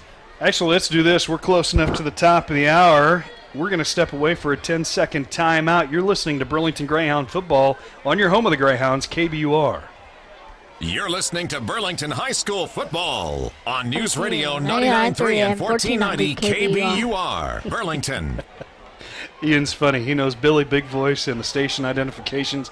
He also knows when Steve Hexum comes on with, what is it, the commercial that you know so well? Do-it-yourselfers. Contractors. Do-it-yourselfers. I think it's for Standard of Beaverdale. Yeah. Beaverdale Roads. It's don't you wish you still had a brain like an 11-year-old kid, John, where you could remember anything and everything? After hearing it maybe once. I have an emotional brain. Yeah, but your brain is 56, mine's 46, right. And it just doesn't stick anymore. So 2nd and 12 at the 23. Pitch to Harris, trying to get running room around the left side. Runs out of an ankle tackle, and his helmet comes off back at the 28. Now there's going to be a flag. I would guess you have no choice but to call face mask on that. Well, I think it's going to be a personal foul because you didn't grab a face mask. They may say horse collar. The thing is, Taven does not have to come out because his helmet was forced off. It was not taken off on his own. And it reminds me. So here's the call. Who was it? Oh, there were a lot of guys in the 70s that would have African American players that would have the afros. And so when their helmets came off, I always wondered, how do you keep a helmet on because there's so much hair under there? Same thing with baseball hats. That's what happens with Taven a little bit. His hair kind of went once his helmet came off. So they did go ahead and call it face mask, and it's unique because it was from the back. Didn't really grab the face mask. Yeah, that's why I wondered if that's how you had to call it. I thought maybe they'd have to. So personal foul, half the distance to the goal, will give the Greyhounds second down now and 4 as that moves the football down to the 14-yard line. 27.4 as they wind the clock. Dangler, quick slant again. This time he's got Drake Parks at the 5, and he's dropped immediately. They will move the chains. The clock will stop. Go. 15th play of the drive coming up, but the Greyhounds have no timeouts. They're going to have to get to the line of scrimmage, be ready to go when the ball is set for play as it is right now. Clock at 17. Dangler claps his hands. They give it to Harris. Harris right up the gut, and that's going to run the clock out. Clock now at 9.5, and now the officials blow dead. Oh, I guess the Greyhounds had one timeout left. I thought they were out. I thought they'd used. I thought they were out. Too. My apologies. Can't see the clock, so I'm not sure. So I apologize for that as well. You got 2 plays left. I could see the clock, and I still thought they were. Yeah, I thought they were. Thank you very much, John. I appreciate it. They have 2 plays left, Scott. You got a chance to throw one and then run the other. And so obviously you're going to try to throw it on the first down if you're going to throw it at all. So basically what you're saying is we're not going to settle for 3. We're going to get 7 or nothing. I would think when you're sitting at 2 and 6, you got to get yourself a chance to get in, and it's been a great drive. And you have a chance to play spoiler if you can pull off the upset tonight. And tell me this would not be a push mentally for the Greyhounds to be able to score on a drive against a playoff caliber team like the Cougars. Well, and this would be their second double-digit play drive. The first touchdown drive went 10 plays. This one has play number 15 coming up right here. It's just a matter of what you want to do and how you want to get points. Do a slam. And you said it. Try and eat up 5 minutes off the clock like you did the first time, and that's where we're at. 9.5 seconds left. 2 right, 1 left for the Greyhounds. Harris to the right of Dangler. Dangler gets a snap, quick slant into the end zone. Touchdown, Greyhounds! Carlton Martinez Hale on a 5-yard touchdown catch, and it's 27-13. Man, great call by the Greyhounds. Great execution by Dangler and Hale on the pitch and catch, and a nice job to get points before the half. Got to send a message to the Cougars that we're not going to lay down. Brock in to try his second extra point of the night. Snap is good, but his kick is blocked. And I don't know if that was a hold issue, but that was a low kick right up the backside of one of his interior offensive linemen. And with 7.2 seconds remaining, it's a 2-touchdown game at 27-13. Scott, you got to.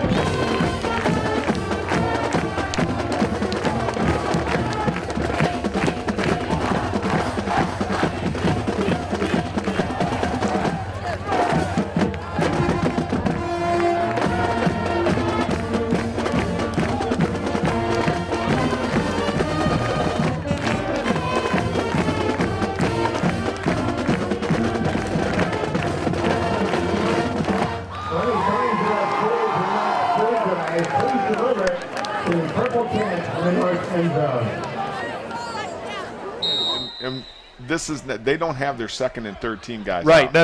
that's kind of what I was going at. Thanks for clearing that up. Here's a squib kick taken at the 30, just trying to work his way up the field. 35, 40, trying to get around Martinez Hale, and finally being run out of bounds at midfield is one of the upbacks, Luka Novick, and that's how the first half will end. So the Greyhounds have a pair of touchdown drives, one of 10 plays, 65 yards, one of 16 plays, 70 yards. Taven Harris being Taven Harris and doing Taven Harris things. Kennedy's had some success on offense too, and we go to the locker room. 27-14 your score. Cedar Rapids Kennedy on top of your Burlington Greyhounds. We're going to step away for 2 minutes, and when we come back, we'll begin the halftime show. It's halftime.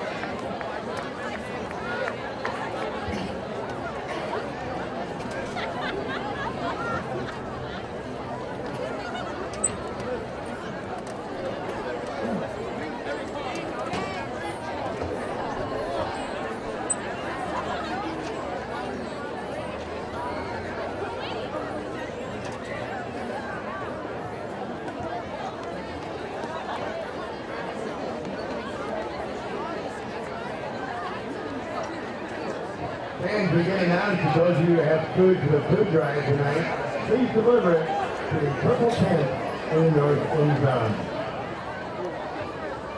Another reminder that the Booster Club has discounted merchandise available for sale in the north end zone. Good evening, ladies and gentlemen. Tonight the Marching Greyhounds will perform music from Phantom of the Opera.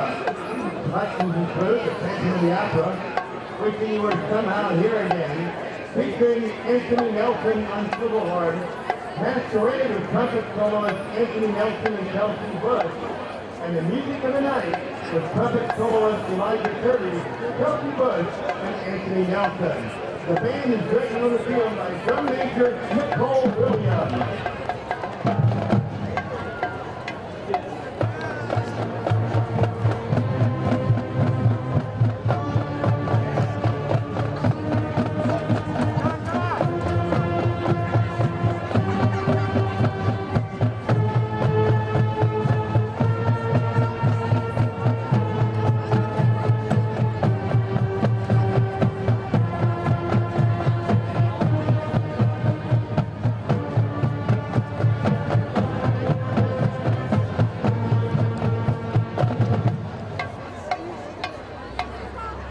Nicole, is the band ready? Band, take the field.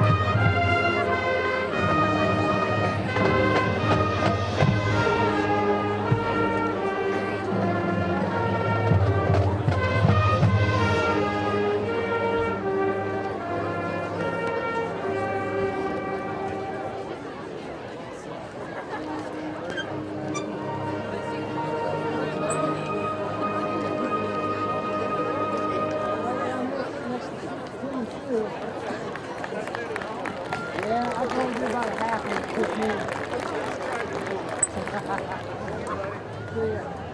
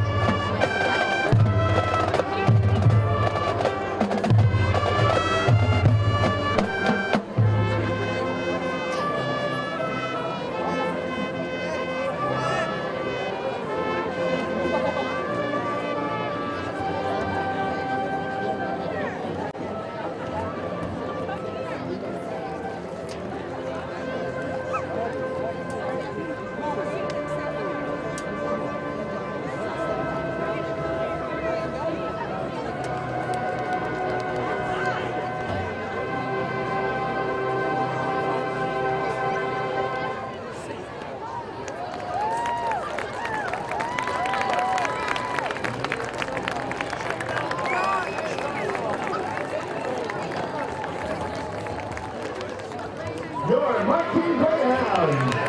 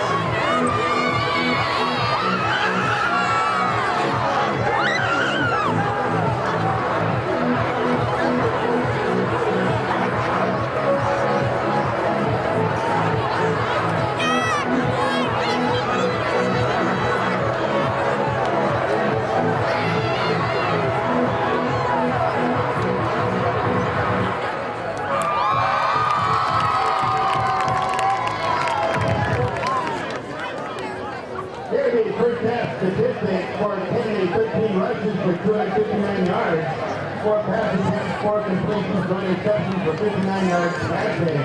First half, Kennedy offense, 318 yards. Your Greyhounds, 31 rushes for 101 yards, 10 pass attempts, 7 completions, 1 interception for 53 yards passing. Total Greyhounds first half offense, 154 yards.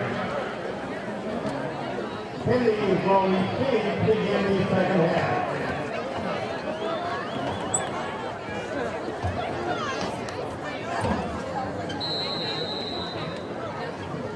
Taylor Hendry back to receive for Kennedy.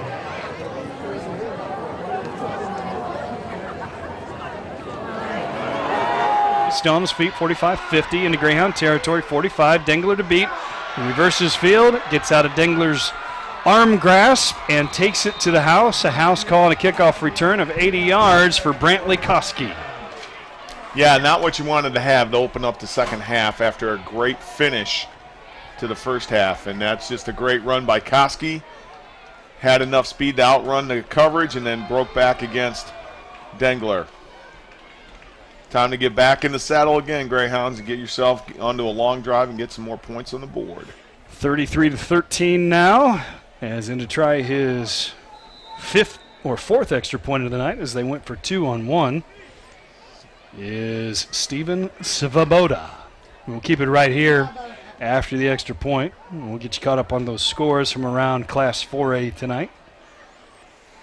Snap is good, hold is good, kick is up, and it splits the upright. So with 11:46 remaining in the third quarter, it's now 34-13 in favor of the Kennedy Cougars. Well, your scores that we are able to track down at halftime will start in Class 4A, District 3, where it's a title tilt between Cedar Falls and Cedar Rapids Prairie. And right now, Cedar Falls leading the Hawks 14-7 midway through the second quarter.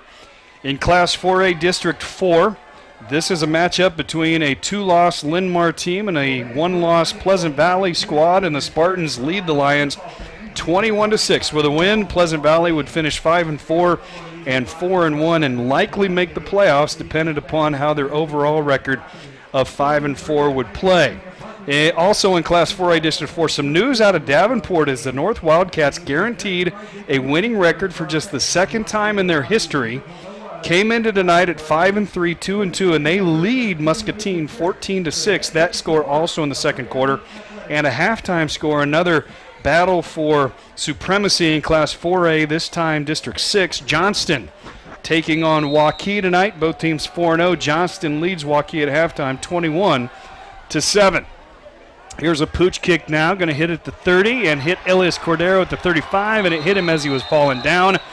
And it bounded forward, and it's going to be taken by Cedar Rapids Kennedy at the 27-yard line, and I think it was number 9 who was able to fall on it. Yep, that would be Christian Kronfeld. Yeah, and I'm not sure if Elias was able to see it. He didn't even look like he reacted to seeing where the ball was. I don't know if he lost it up in the night sky or what it could be. But this is the rainfall that we have talked about, and I know you talked about it with Zach before the game yesterday. This is what you don't want to have happen after having so much success. So Cougars open up here on the 27-yard line of the Greyhounds in their KC1 formation. First down and 10 at the Greyhound 47. Max White with the pitch. Going around the left side is Hendred, and Hendred untouched until he's about 15 yards deep and able to work his way down to the 5-yard line before he's brought down by one of the defensive backs, Drake Parks for the Greyhounds. I think Kennedy is trying to now just go ahead and impose their will. I think they want to establish some things right now that maybe some of this stuff was a fluke. Once again, KC1 formation, and Max White just going to push it forward. Leading the way is his center, and he's able to get down to the 3 for a pickup of 2. It'll be second and goal. Got to bow our necks here. We got to settle in, and I'm sure they're not going to settle for a field goal, but we've got to find a way to get a stop or a turnover.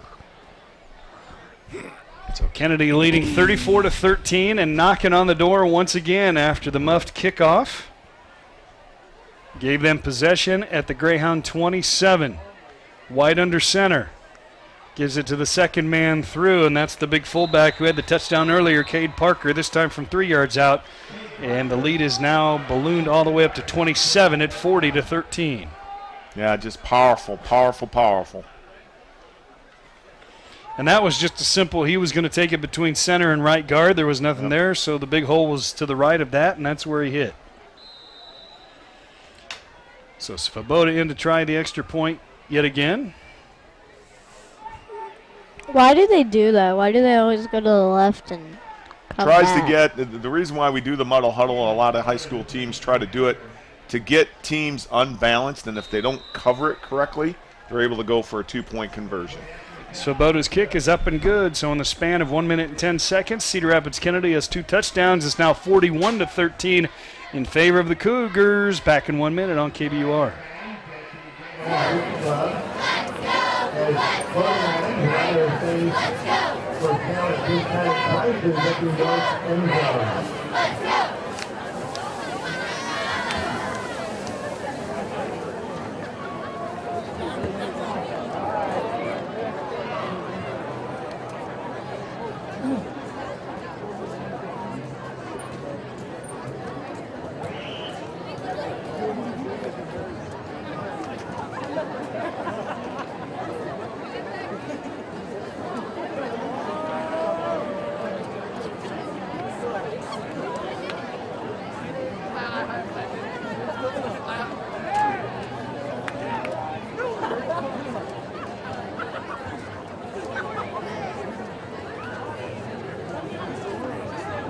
Dental needs, call Dr. Kurt Masner. It's 319. Don't love them.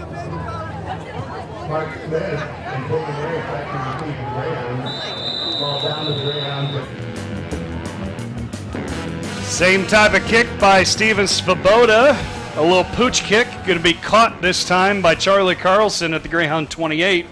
So now trailing 14, or I should say trailing by 28 after trailing by just 14 at halftime. We haven't even played 2 minutes yet.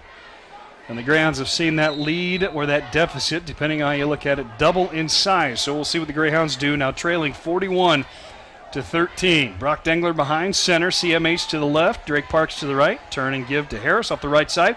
Taven spun down at the 35, and I almost for a second, John, thought he was going to come out of the spin and break it clean. Yeah, Reese Manturnak on the tackle for the Cougars, and I thought he was going to spin out of Reese's grasp, because there is nobody. After he gets into that linebacker level, Gallagher is up, and he's trying to make a stop somewhere because he's not honoring any sort of a passing game. So if he can get past that level, he could go. Again, like I said earlier, it's always that last man. It is. Harris again. Again off the right side. This time he's hit at the line of scrimmage and driven backward. Would be interesting. I may send you on a mission, Ian, here in a few minutes to run down Matt Levins and see how many yards Taven's got. See how close to 100 he is. That time he loses one back to the 36. Yeah, Parker again on the stop with the Oostendorp for the Cougars. And again, it was just a situation where the Cougars guessed right in getting a stun on both sides of Nash Garlow and Cody Newman. So 3rd down and 2 at their own 36-yard line for Burlington. Brock Dengler behind center. Shouts out the signals. Quick slant again to CMH. He's got it at the 40. And he's going to be brought down a gain of 4, but another first down. CMH does such a nice job of getting off press because that's exactly what they're doing. Playing cover 1, and it's really a nice matchup between him and Brantley Koski, who scored that kickoff return. CMH does a nice job of breaking off of that. And it's like you described on the flea flicker when you said Taven kind of boxed out the defensive tackle. That's what CMH is doing. He's getting to the spot first and then putting himself between the defender and the football so he can make that catch. Yep, and it's, Brock's throwing the ball very well tonight. 1st and 10 at the 40. Harris off the left side. He's got room to the 45. Pushing it forward to the 49. That's a gain of 9. It'll be 2nd and 1. Scott, I'm going to use a phrase that is going to bring you back to a memory of a favorite Chicago Bear, but Taven runs like that. He never dies easy. So Walter Payton, who's always known for not giving up, another guy, when you looked at him out of uniform, never really looked that massive except in his legs. And Taven does a lot of the same things that Walter did. 2nd and 1 from the 49, and that's a very appropriate comparison. Here's Harris again, right up the gut, hurdles over the inside interior of the defensive line for 4 to the Cougar 47, and another Greyhound first down. Yeah, Jones on the stop for the Cougars, and this Cougar defense really, by the time the night ends, is got to tip their hat to what Taven Harris has done. And really, I got to give our credit to our offensive line again.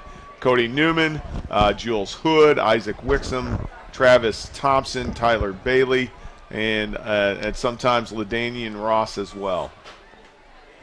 1st and 10 from the 47. Quick slant this time, other side to Drake Parks. It was tipped. Parks was interfered with. That's okay. Once the ball is tipped, it's fair game. Incompletion will bring up 2nd and 10. And you make a comparison to Walter. And the thing, too, that Walter didn't play on winning teams for the first part of his career. Till about 1983. That was 9 years of his career that was played in pretty much anonymity except for him. And that's kind of what Taven's been through. When you're 2-6, unfortunately, you don't get a ton of team accolades, but that offensive line always blocked hard for Walter. Obviously the same case here. Here's Dengler going deep down the left side. He's got Martinez-Hale under through him, but it's going to draw it. Oh, I thought the back judge was reaching for his flag. Evidently he was just wanting to stop his watch, because I thought he was going to throw a pass interference penalty because the ball was underthrown enough that the defender ran up the front side of CMH, but no call. Incomplete, 3rd and 10. And the thing that Koski did that was very good because it was underthrown, the new rule is that you can face guard, and that's exactly what he did. He got beat to the outside and put his hand straight up in front of CMH's eyes, blocked him from seeing the ball clearly. 3rd and 10 from the 47. Play action fake to Harris. Dengler rolls right. He's going to throw deep down the right side. He's got Dontarius Sawyer. There it is. Now there's a flag. Now did they get – okay, they're going to call it a holding penalty on the Cougars, and I almost wondered, however, Sawyer pushed off a little bit. Maybe he wouldn't get called for offensive interference. Well, the thing is, because he was being held, he had a hold of his jerseys, and he's swinging to try to get off of that hold, and that's where it looked like an offensive pass interference, but – good call by the back judge. Am I the only one who realized, but that was a far throw by the back judge? It's true, he threw it 20 yards. We did used to talk about that all the time last year, didn't we? Well, it was the Newton game, Scott, if you remember, that back judge wanted to work on his own throwing mechanics. He was a pitcher, and he was working his arm out during the offseason. Yeah. Getting a little long toss in. So, hey, good first down for the Greyhounds, moving the chains. 10-yard penalty puts it at the Cougar 37. Keep moving. New set of downs for the Greyhounds. Fake pitch to Harris. Inside counter give to KT Thompson. Able to get one. It looks like they'll give him to the 36. And again, just kind of tentative. It's going to be interesting to see the growth that kid makes this offseason when he's going to be competing for the number 1 tailback spot next year. It's going to be a logjam between Sawyer, Smith, Thompson, and probably Bryant Williams. And you know what? That'll be great, and it'll be fun to see how that does play out. I know a lot of those guys are multi-sport stars. I know Coach Webb, our head track coach, is going to look forward to recruiting those guys to be on the track as well. 3rd and 9 at the 36. Make that 2nd and 9. Harris right up the gut again. He gets another yard to the 35, so now it will be 3rd and 8. An interesting 3rd down call coming up here for the offensive coaching staff. They've thrown the ball fairly effectively. You're in that man defense, and they have not come out of it since play number 1 of the game. Do a long pass. Well, you got 2 downs to get 9 yards. So again, if you run Taven off tackle again, and you can get your 3 yards, and get 4 yards, whatever that might be, give yourself a chance on 4th down. Here's an option. Now to Harris, but could not hold on to the pitch, and he loses yardage back to the 42, a loss of 7. So it'll be 4th down and 15, 41-13 your score. Cougars on top, halfway mark of the 3rd quarter.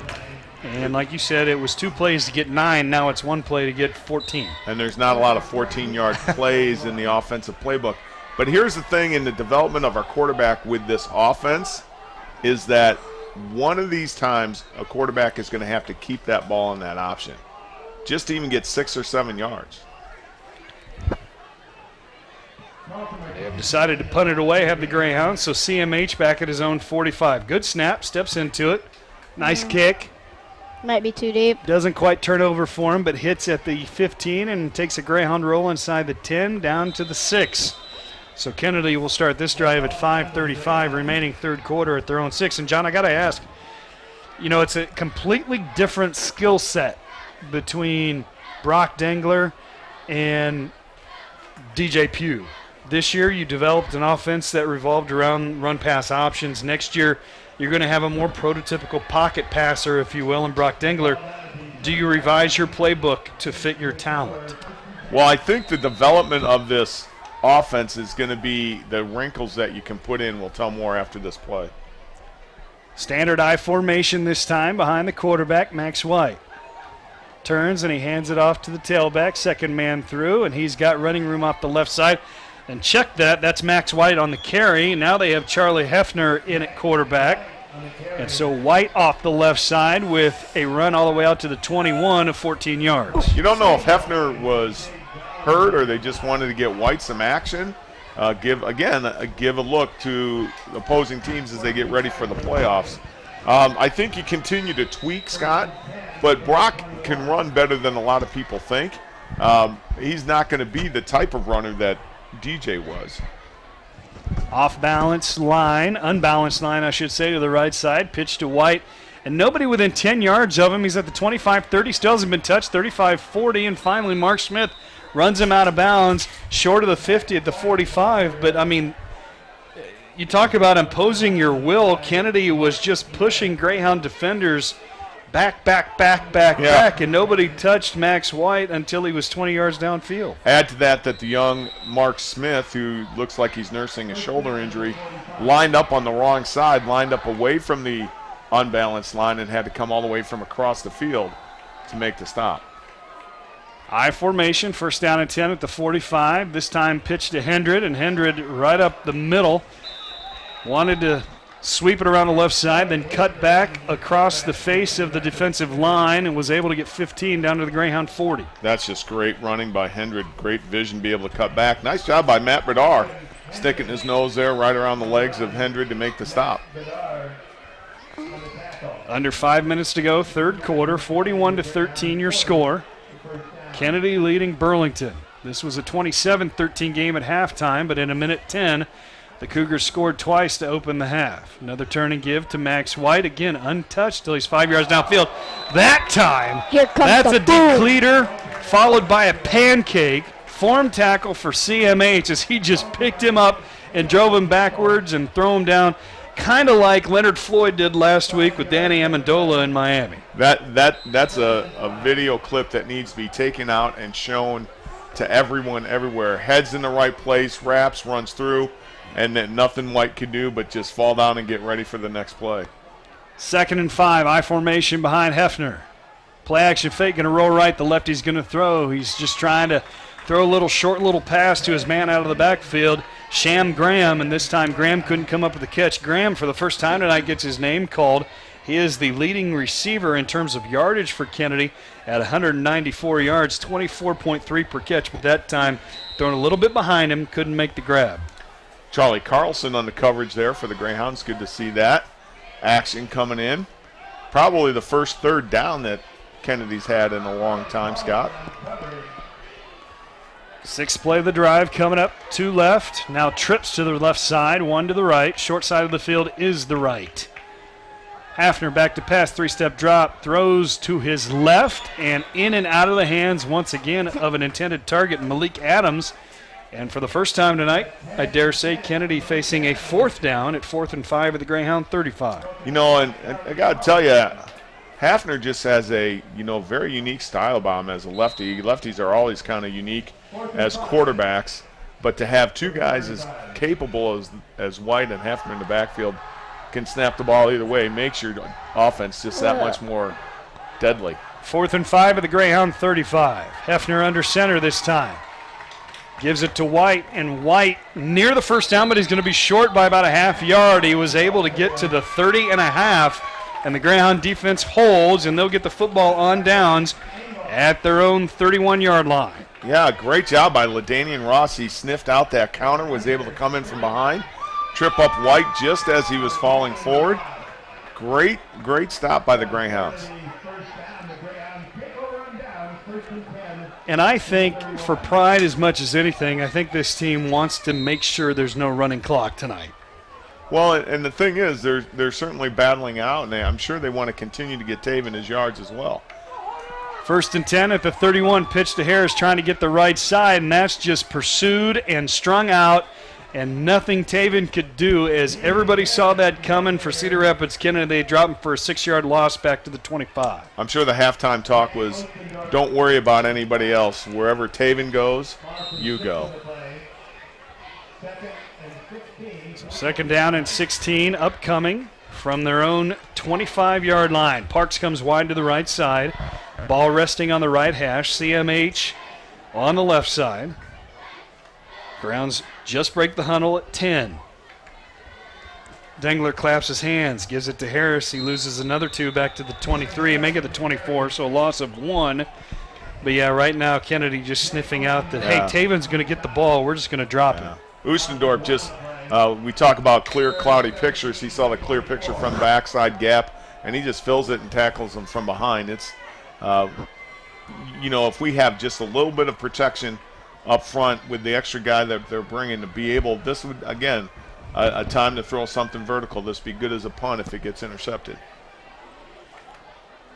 So 3rd down and 17. Harris off the right side, and he's got 4 up to the 33. So well short of the 1st down. Grounds off to kick it away, but Taven got 4 more yards to kind of get back toward his total that he lost 7 on those first 2 carries. Yeah, Nash Garlow counting up a little gimpy there. Got to keep your eye on that as he goes both ways for the Greyhounds. Brantley Koski back at his own 36, awaiting the kick from CMH. Got an uncovered guy on the right side, and Ian Taylor completely uncovered. If CMH sees that, he could have thrown it for a 1st down, but he kicks it away, hits at his own 46, takes a nice Greyhound roll inside the 37, or I should say inside the 40 to the 37, and that's where Kennedy will start. But Ian Taylor came off the line of scrimmage. Nobody matched up with him. Is that a look-see? And yes. If you can do it, throw it. We taught our punters to always look to make sure that the gunners were covered or not, and it was a non-verbal. It was a given. If you are uncovered, stop, catch the ball, and get as far as you can. I mean, there was nobody within 15 yards of Ian Taylor if he can make a completion. Koski was going to be the closest guy there as the return man. So 1st and 10 at the Kennedy 37. Once again, I formation as Hefner is under center, gives it to his fullback, first man through, and he just goes right up the gut. 40, 35, 20, 10, into the end zone. 1 play, a touchdown for Jay Oostendorp. And it's a touchdown run of 63 yards. Yeah, we're in cover 0 that time, trying to make sure that they couldn't get out to the edge. Ran the trap. Linebacker went the wrong side of the gap, and Oostendorp easy walk in from 45. 67. 67. Or 63. 63. Why did I say 45? I'm sorry. Because that was his number. Oh. His number is 45. So it's 47-13 if the Greyhounds can block this extra point. Carlton Martinez-Hale looking for that baker's dozen. He's got 12, Zach Shea said. So let's get another one right here and keep that running clock from happening. But no, not this time. And with 1:47 remaining in the 3rd, it's now Kennedy 48, Greyhound 13, running clock. When we come back in a minute on KBUR. Every year.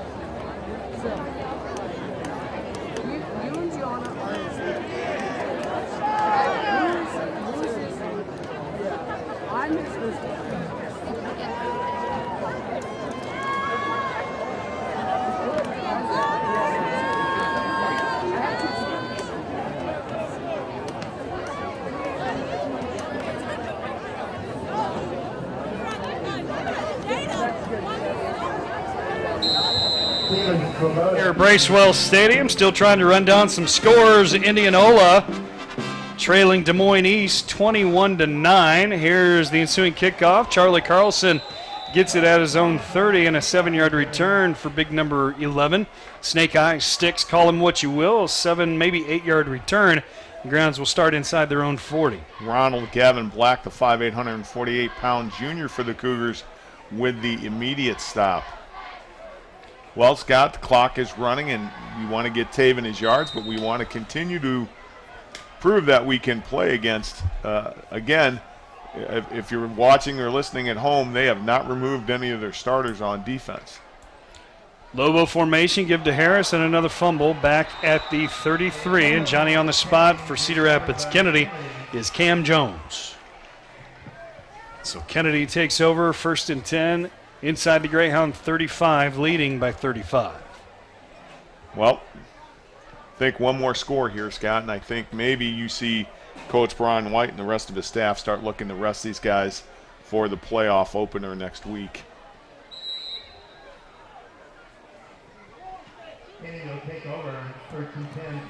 So 1st and 10, clock running at 35.5 seconds. Hefner under center. Single back behind him is White. Pitch to White. White's going to go around the right side. Max White's going to reverse field and come to the near side. 30, evades a tackler at the 30, still on his feet to the 25, now cuts back the other direction. Inside the 20, down to about the 18. A zigzaggy run, a pickup of 15 for the Kennedy tailback. Man, does a nice job of stopping and starting. Good job by the Greyhounds of not selling out all the way to the run on White. Got to be careful here also now as a junior, and really at any player in purple and gray. You've got to make sure that things don't get chippy and that you lose maybe your first wrestling match, your first basketball game, or even the first game next year if you're only a football player. So you gotta play tough, but you gotta play smart as you finish out your 2018 season. That'll do it for 3 quarters. We put 36 in the books, the final 12 on the way for the last time in 2018. Put those 4 fingers in the air. It's the 4th quarter, and the other side of this timeout, 48-13, Kennedy on top. Jerry, let's make it 30 seconds. Back at a half minute on KBUR.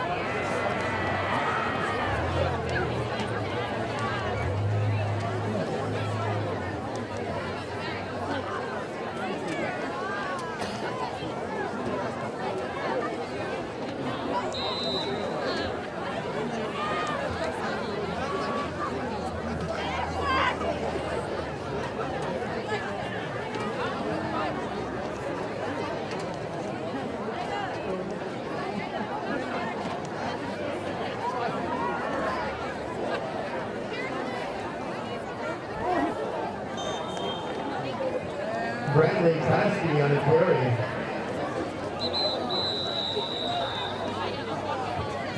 To the officials, timeout. On the DJ field. Jones is down on the field. I'm not sure what he's grabbing. Reese Wissinger with the kind of spin around stop to send Koski the other way.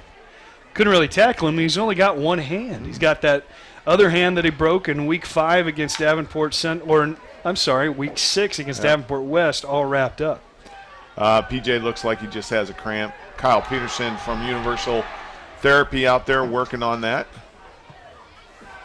Couple of updated scores I will tell you about. Cedar Falls, remembering that battle for the Class 4A District 3 Championship, now leads 14-7 at halftime. Pleasant Valley continues to lead Linn-Mar 21-6. Muscatine has cut the Davenport North lead to 14-13.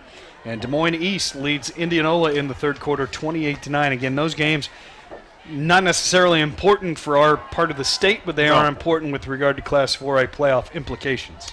Yeah, and again, I think this is going to probably be a very entertaining class of football playoff action to see. I mean, it always is, but it just seems this year you've got some kids who can really really play and dominate, and it'll be interesting to see how this all plays out. Still working on PJ down there. Coach Shea going over there to check on his downed player. Haven't ever told you the colors of tonight's game, have we? We did not get the colors of the game. So the Greyhounds moving from right to left here in quarter number 4. They're decked out in their home purples. White numbers outlined in gray. Their pants are gray with purple, white, purple striping down the sides. Helmets are purple gloss with the purple, white, purple striping combination down the center from front to back. The face masks are black, and they have a red, white, and blue speed hound on both sides of the helmet. We'll tell you about Kennedy here in just a second as they wind the clock at 11:40. 2 receivers split to the left side. That's the wide side of the field. Hafner under center. Pro set formation. He's got 2 tailbacks behind him. He's going to pitch it to Max White, trying to go around the left side, and he's got enough room for a first down. He only needed a yard. He got about 7. As he gets down inside the 5 to the 4, it'll be first and goal. Kennedy in the road white jerseys. Forest green, not striping, but piping up the front of their shoulders. They do have minimal stripes at the end of each shoulder sleeve. Their numbers are forest green outlined in gray. Their pants are solid gray. Helmet shells are forest green. Face mask is black or a really, really dark forest green. Hard to tell. But they have that cougar on either side of their helmet. Think Kansas State University type cougar / wildcat. First and goal at the 4. Here's a misdirection. Going to give it to White off the right side. And Max White just going to bowl his way into the end zone for another Kennedy touchdown. It's now 54-13 as White scores for the first time tonight from 5 yards out. Yeah, that offensive line just continues to dominate up front. Those guys are just so big and so strong. Our guys are giving all they can, but just cannot match up with the size and strength. So Steven Svoboda in to try his 7th extra point of the night. Push the lead out to 55-13. Snap is good, hold is good, and the kick is up and also good. 10:44 remaining in the ball game.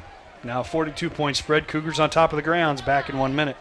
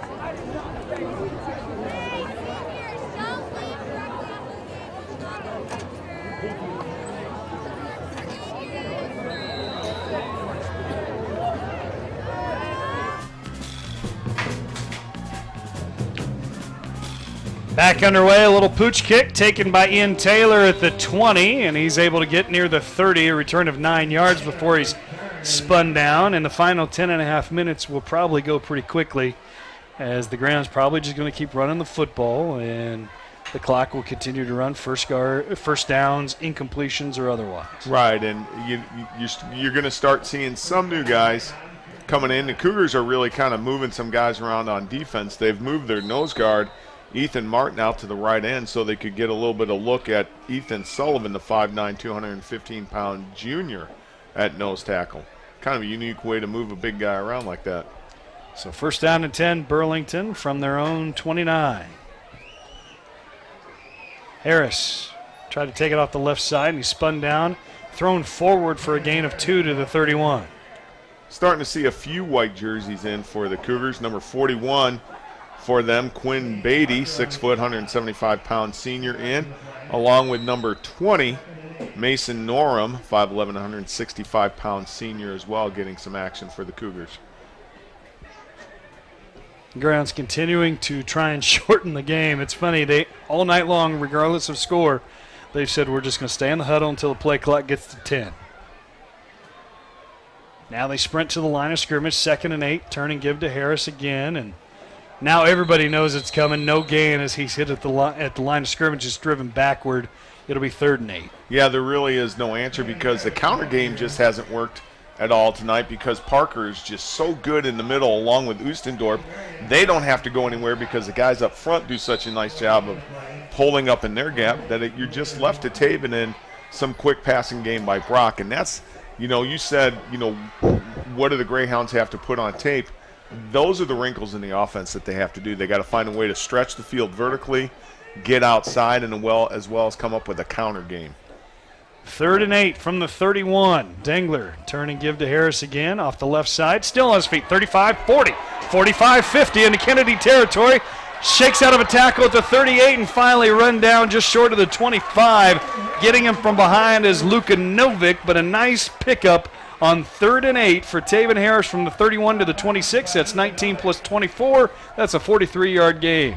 KT Thompson got rolled up there in the action, and coaches are asking him to come off, but KT wants to continue to play.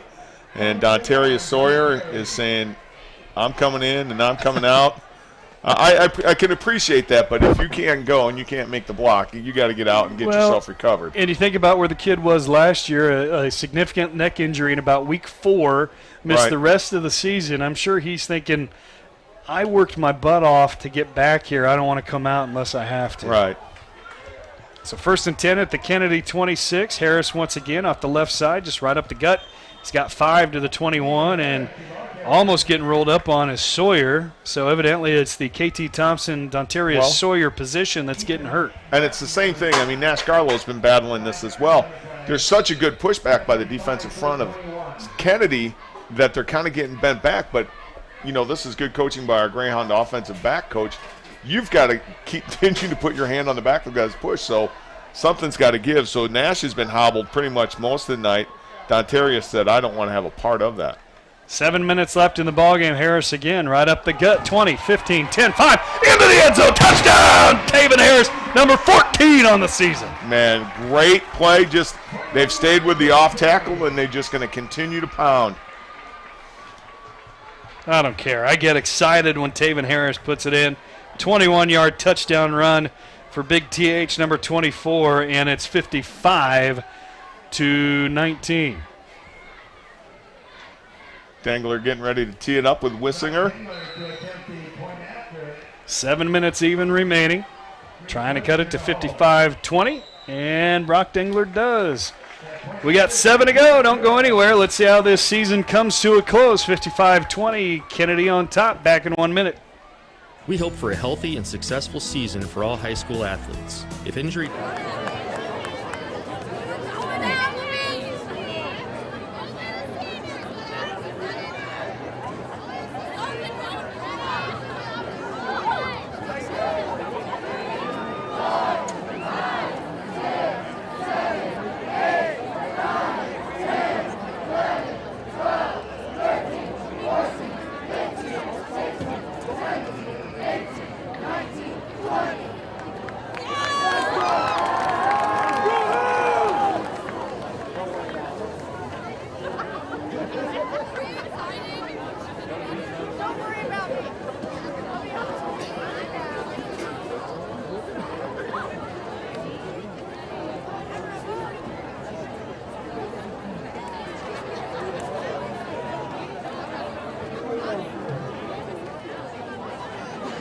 Brock Taylor to kick off the Greyhounds.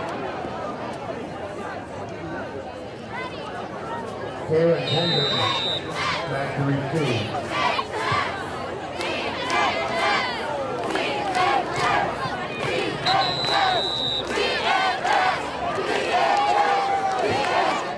And so Kennedy will start this drive leading by 35 at their own 27. Interesting to see if who's going to get the nod, if they're going to make any changes. And it looks like at least at the quarterback spot they are going to do that. Louis Irvin III going to bark out the signals for the Cougars here in the last 7 minutes. So Irvin getting some playing time tonight. Comes in 3 for 4 on the season.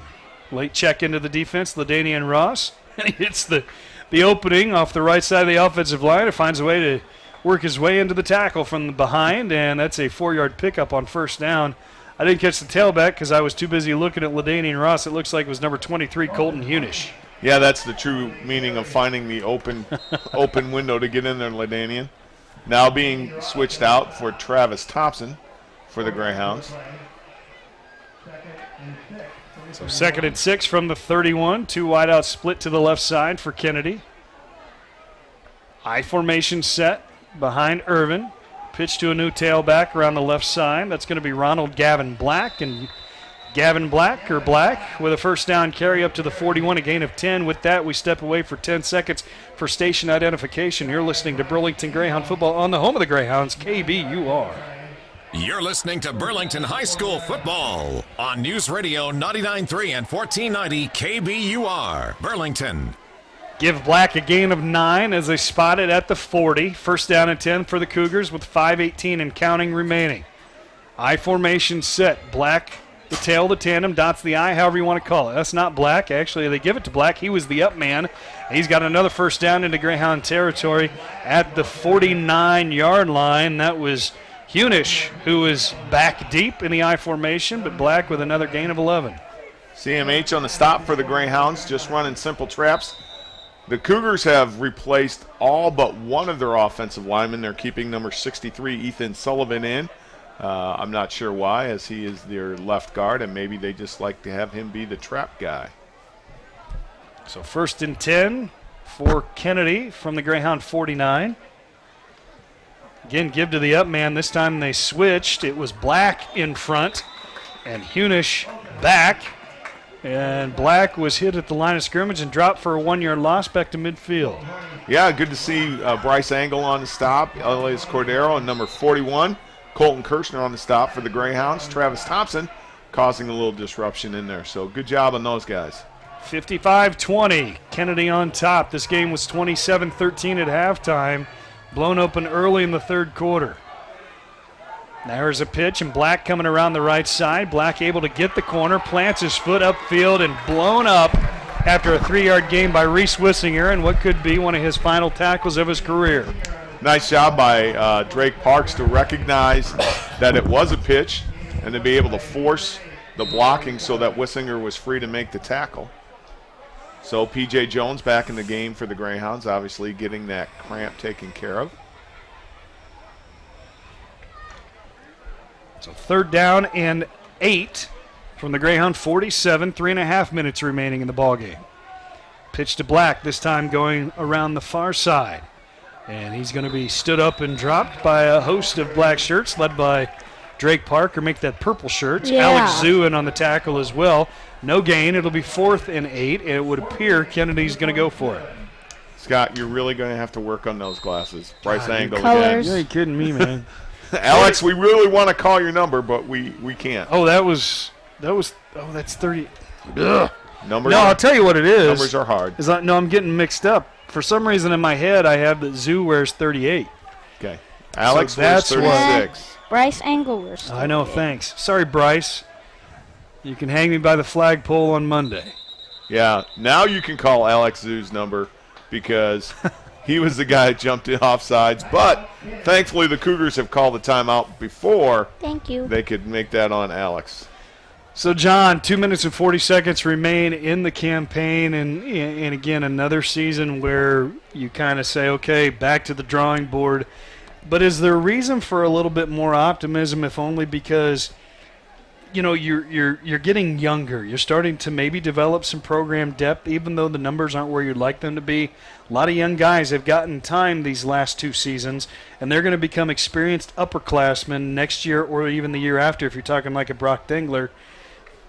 And they're pretty good players. I mean, you're losing 12 guys, and I told Zach, I said, every one of those 12 guys played significant roles for you this year. Yeah. But it's not a bad nucleus of younger kids coming back in 2019. No, it's not. But again, the things that have to happen in the offseason are the commitment to getting stronger, the commitment to staying eligible, the commitment to being involved in the program. You can't take a year off and hope that things get better for you your senior year. 4th and 8, and the Grounds have forced a punt for the first time tonight. And it's a good thing for the Cougars that they haven't had to punt all night, as Austin Vandersea kicks it off the inside of his foot, goes about 15 yards in the air, and then it looks like he pulled a quad or his right groin. Coach, I've never punted before. Not tonight anyway. I'm not loose. Oh, God. But, Scott, to get back to your question, I mean, we've run into the last couple of years where guys are taking their junior year off and then coming back for their senior year. And I'll point out Elias. Elias was one of those guys, and he's had a very good year. Think about what he could have been if he would have had 2 years. Those are the kind of minor things that have to stop in order for a program to make that turn. I'll bring up another point about Elias here in a second. Brock Dengler on 1st and 10 from the 35. Low snap, just has to fall back on it at the 30, a loss of 5. And, I don't remember if it made the pregame interview or if it was off the air. Elias Cordero is one of those kids where out of position as a linebacker. As big as he is, as strong as he is, he's also kind of fast. He's not fast in the traditional sense of the word, but he's strong and can impose his will and move forward. And Zach said, had he had more experience, probably a kid we'd look at defensive end. Right. But you put him at linebacker to try and hide him a little bit, but that's also where he got exposed a few times. Right. Taven Harris right up the middle, 40. And the turf monster at the 41 grabbed his feet, or he might have had another house call. He gets 15 on it anyway, moves the sticks, but he almost broke another one. Interesting move. Cody Newman has moved from tackle down in the center. I'm not sure why that is, but did a nice job opening the hole for Taven. Harris again up the middle this time, hit behind the line of scrimmage, dropped for a loss of 1, back to the 44. Final minute of the season. Clock is at 50 and counting, maybe time for another 2 plays. If I'm Zach, maybe I think about taking a timeout to get Taven an extra carry or 2, but maybe not. You don't want to seem disrespectful to Kennedy either and put their guys in a position to get hurt heading into the playoffs. Harris right off the left side, hit and stood up and driven backward, forward progress back to the 45, a gain of the 1 he lost. And before they get the ball set, that could do it unless the Greyhounds absolutely want to run another play, and it looks like Zach Shea is saying, no, let's line it up, boys, and Taven Harris leaves the game anyway. A great way to end his season, a great performance. I wish I had stats for you, but he gets the carry on the final play of the season, and that's somewhat appropriate for the way this season went for Mr. Harris and the Greyhound offense and its running game.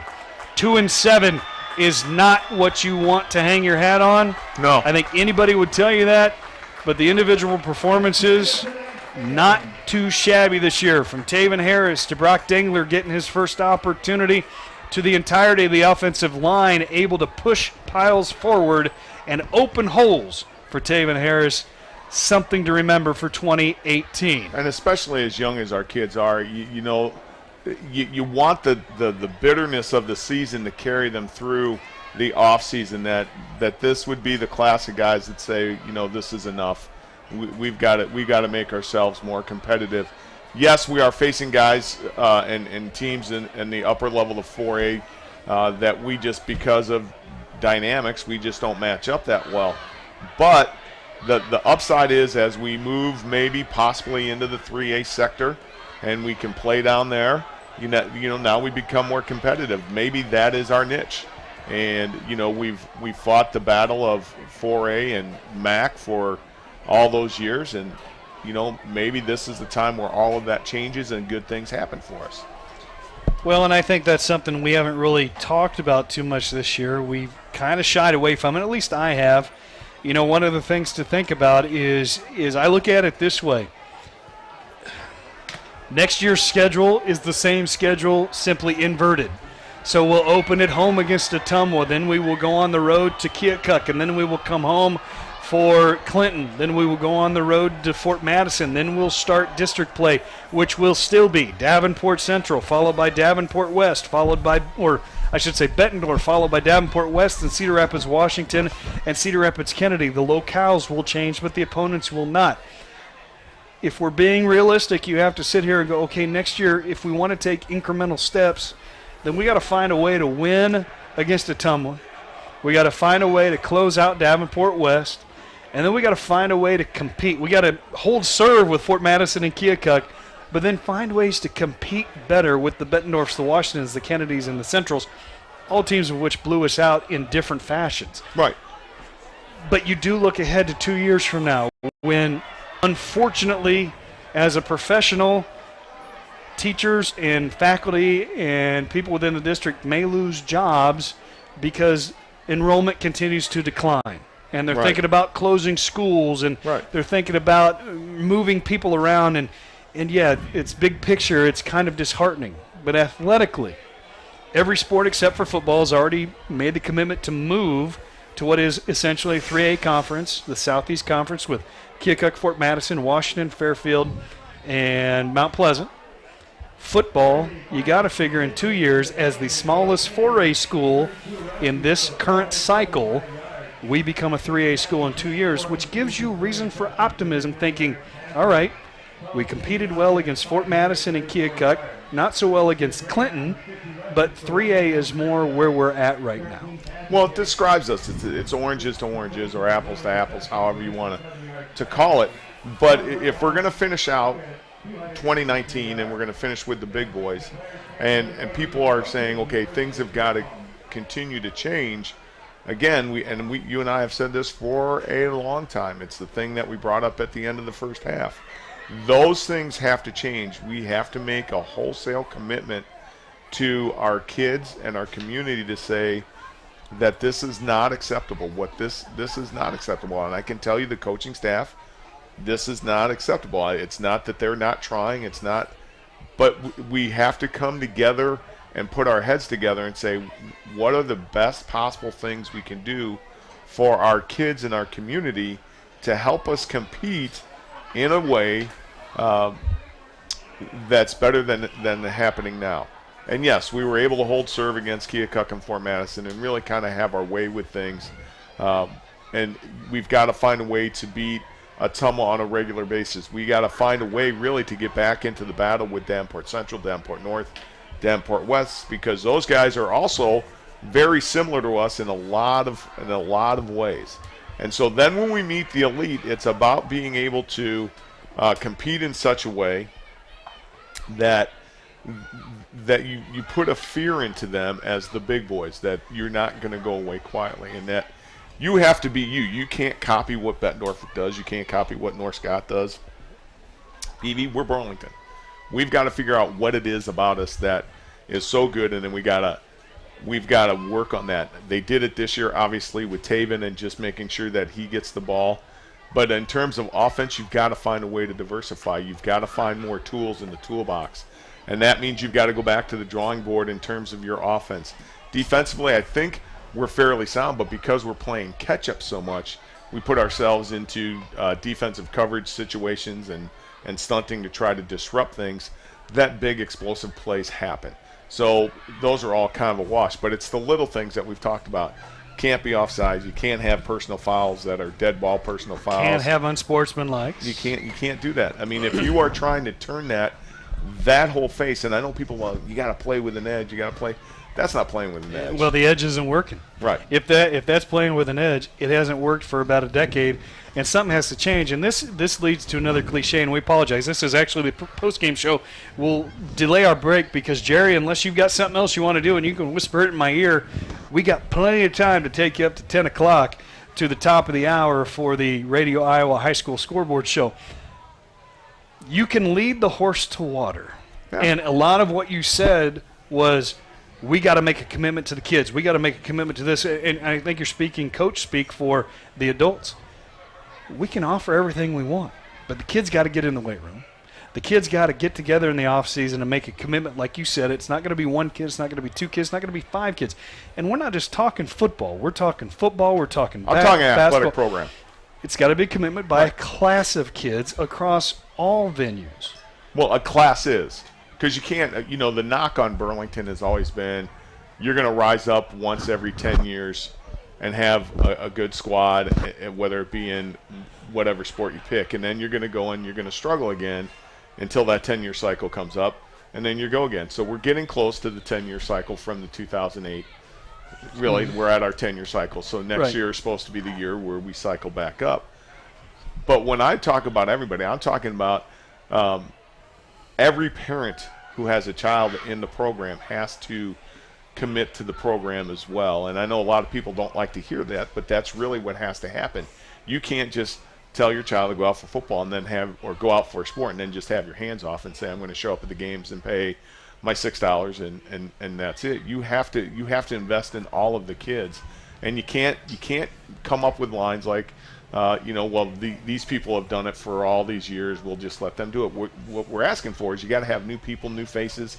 And I think the other thing that we've got to do, being about 4 or 5 years out of it now, is we've got to start at a younger age to get parents involved into the high school set. We've got to find a way to transition those PTO groups into the Burlington High School Booster Club. I mean, being able to step back and look at that, I said, I wish I would have been able to do that a little bit more enthusiastically. So there's an easier transition instead of scrambling when one group of parents are done being Booster Club supporters and involved, and then you're scrambling to find a new president, new secretary, all those offices, that there's a smoother transition for the booster clubs to continue to move on and to be as effective.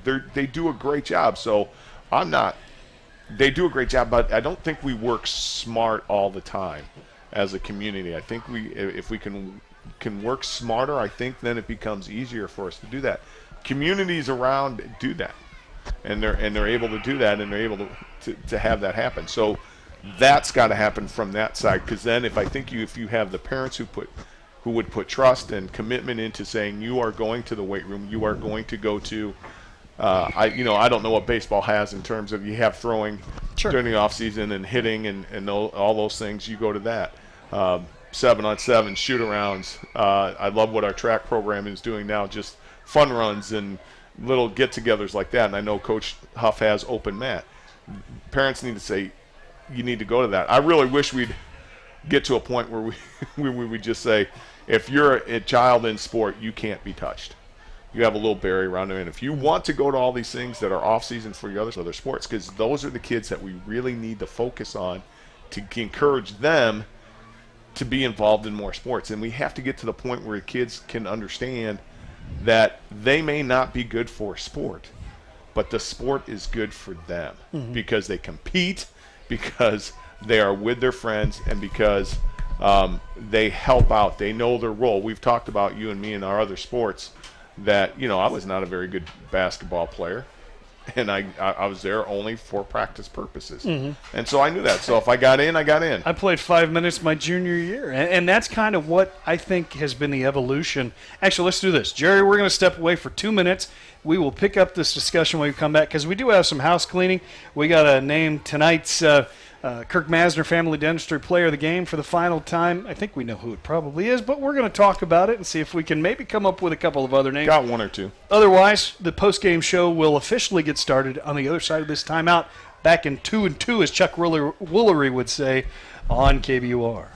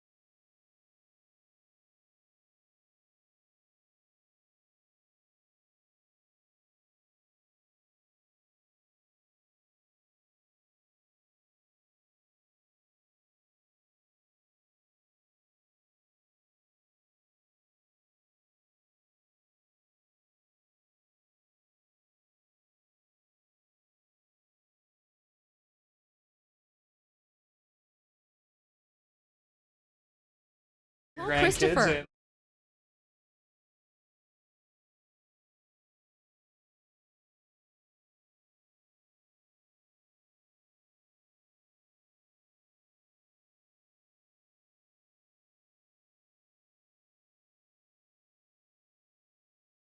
officer with case finding.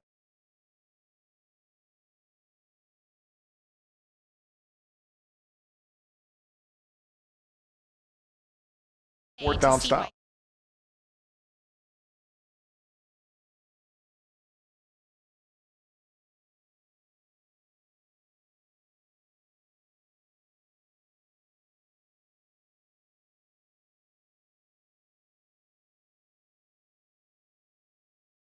Family Field, probably for the second to last time of the season, as the Greyhounds wrap up their campaign 2-7, 0-5, still winless yet again. And I say that only because the only 2 wins in district history for Burlington, unfortunately, have come against Ottumwa. Still looking for that elusive non-Ottumwa district victory, but 2-7, 0-5. Kennedy now 6-3 overall. They are headed to the playoffs. They finished 4-1 in the district. It's just a matter of, will they host a game? Probably not. They'll probably have to go on the road to a district champion, but they are in as a wild card. And as they say, as long as you get to the dance, that's all that really matters. Yeah, and as they get ready to, it'll be interesting seeing who they draw. And, they're going to give some people fits all the way through on this eastern side. I would say probably the big quarterfinal matchup will be Bettendorf and Kennedy. Assuming Kennedy gets past their first round game. I'm gonna assume they're gonna get a pretty high seed, and then I think they're gonna be able to have their way with people. Now, they're so multi-dimensional. We talked about Washington being multi-dimensional. Kennedy's far more fluid. And is it top 16 teams make the playoffs, then they seed, or is it top 8 teams are district champions, 9 through 16 are wild cards? Yes. Okay. The latter. So they will go on the road. They will go on the road to play their first game. And, I think what you've seen, and by the way, your Kirk Masner Family Dentistry Player of the Game, do we need a drum roll? Taven Harris. He is the guy. He had the bullseye on his back from snap 1 tonight, and still, I'm sure, got over 100 yards. Not sure how many. That was something we talked about off the air. We need to figure out a way to keep a little bit, if there's a way we can do it while we're describing the game to keep some stats. But, Taven Harris did a lot on his own tonight. The offensive line did well in spurts, but for a lot of those plays, Taven was getting hit at least at the line of scrimmage, and then moving forward for 5, 6, if not more. Yeah, and the thing with that is that the Cougar defensive setup, their guys were just so massive up front, allowed Parker and the other linebackers to be able to flow and really to choose gaps, because their linemen were being taken up by 2 guys up front, 2 of our guys, either the center guard or guard and the tackle, and then a double team. So you really are one-on-one in only one place, and that's not good in a zone scheme. You've got to be able to chip off the guys, and Kennedy's going to provide problems for whoever they face. What is the biggest thing that you see as a difference between Burlington and their opponents? And, I mean, take your pick. Is it size up front? Is it depth at all positions? Is it team speed?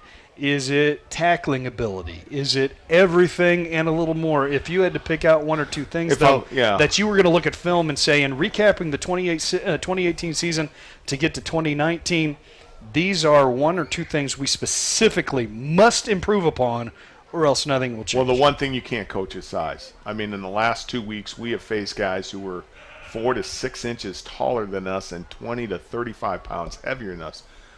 I mean, you can get guys big and fat and whatever, but you want athletic guys, and that's what you saw in Washington and Kennedy. And when we talk about, we've talked about this off the air as much as we have, schools along the highway at 80 and 35, more urban area schools, you're going to get kids that are going to be 6'5", 6'6". I mean, how many guys did we look in a program who are 6'5", 6'6", 6'4", 6'3", 6'5", 6'6". Some guys going 6'8", and then 260 and above. Some are in the 300s.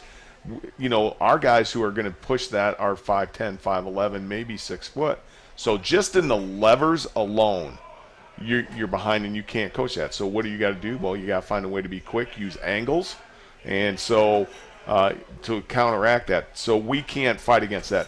To me, the other thing that we're missing is team speed, and with that is a kind of a team football IQ. It seems that a lot of our kids come in and they don't know some of the basic simple things about what goes on in in football, in terms of like Elias's dropped muffed kickoff, and it wasn't even muffed. It was. I don't know if he lost it. I don't know if he didn't see it. But to me, that would be the other thing I would, that we always did. We always kind of worked on those things, and so I think that would be the other thing that I would do. See, killing time pays off when the head coach comes up for. Is this the second time we've been able to talk to you this year? That's it. It's like you said. It's like you said, for a team that runs as much as we do. This is only the second time we've been able to get here before 9:45, and of course that voice is head coach Zach Shea, and John and I are just sitting here talking, and we can recap tonight. First off, do you know how many yards off the top of your head Taven ended up with? I mean, I've heard various things. I think he had 200 plus. Wow. So that would put him well over 1,800 for the season. Obviously, your offensive MVP, but just speak in general, not only about Taven. We focus so much on Taven because he's the one that gets the rock, but how about the effort all year long of your offensive line to give him any room at all to run in? Well, I mean, it's really an outstanding effort. I mean, there's probably 5, 6, 7. I mean, obviously 5, but there's 6 or 7 of those guys that have kind of rotated in up front that deserve a lot of credit. I mean, you got a sophomore center and Travis Thompson.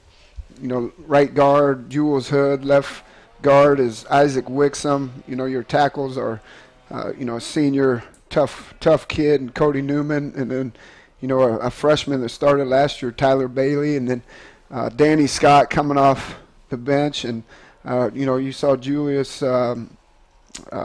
Harris. There you go.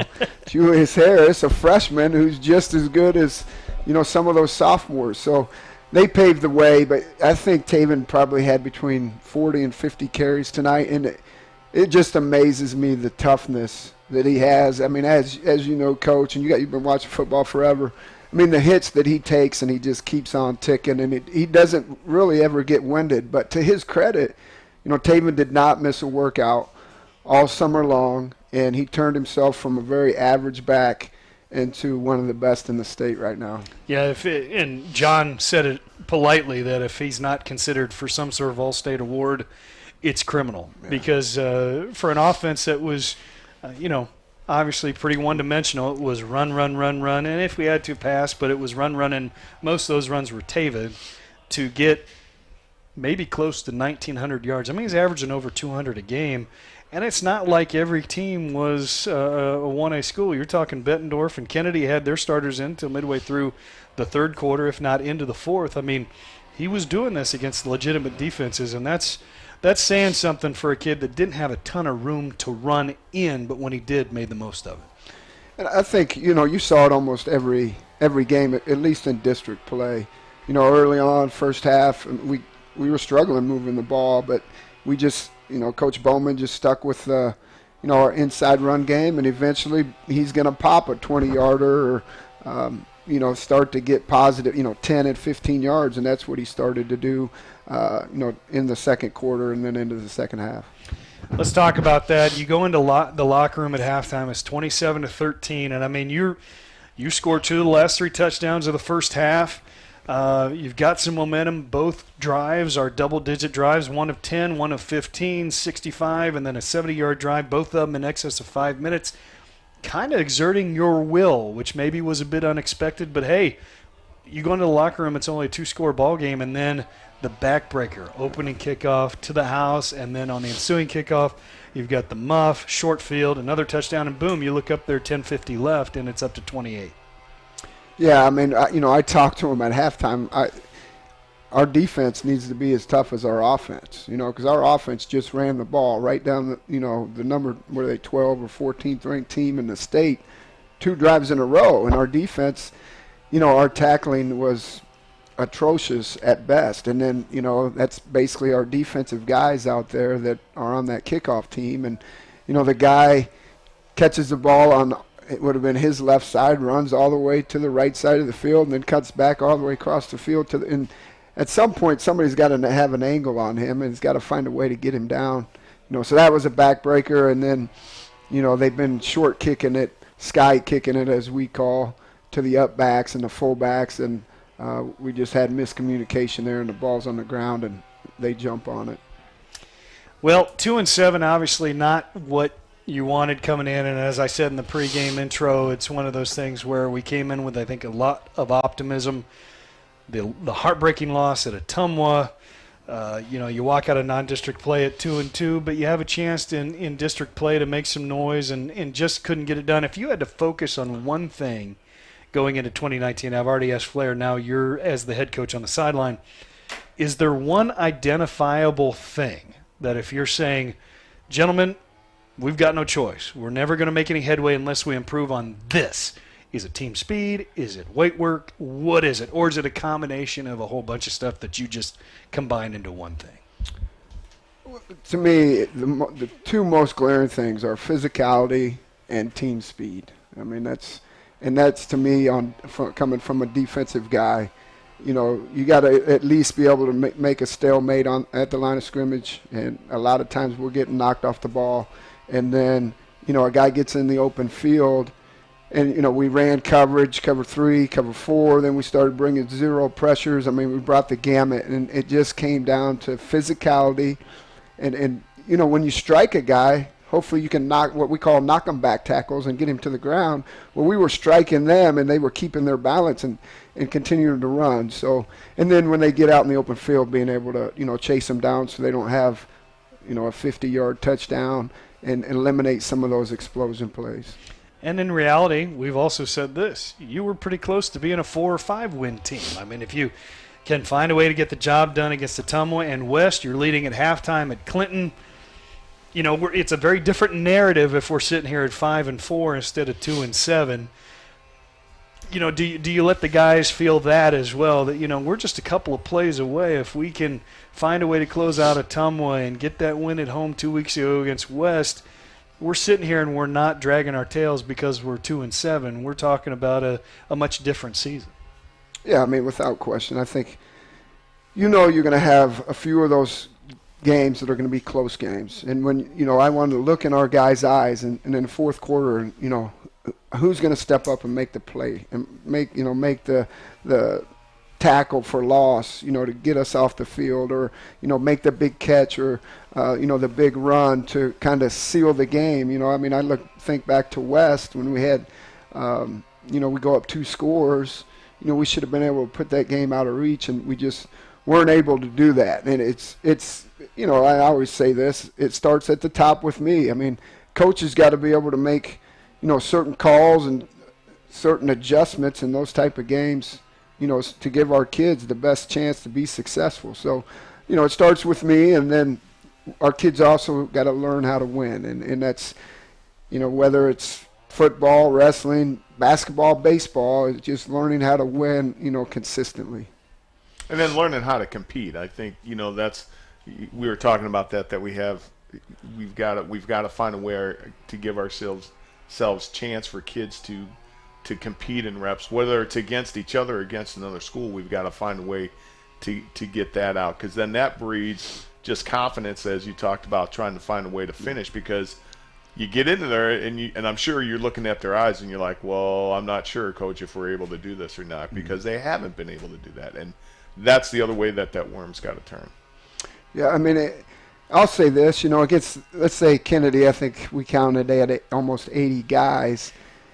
It affects how you practice, Coach. As you know, you're walking a fine line. It's a catch-22. You need to build that physicality in practice, but you also got to get your guys to Friday night. So, there's a fine line you're walking where you're trying to, have live tackling and live scrimmage during practice, but you also got to be able to, keep your guys healthy. A couple of closing thoughts. One of the things let's turn off the Debbie Downer. Let's talk about the good things.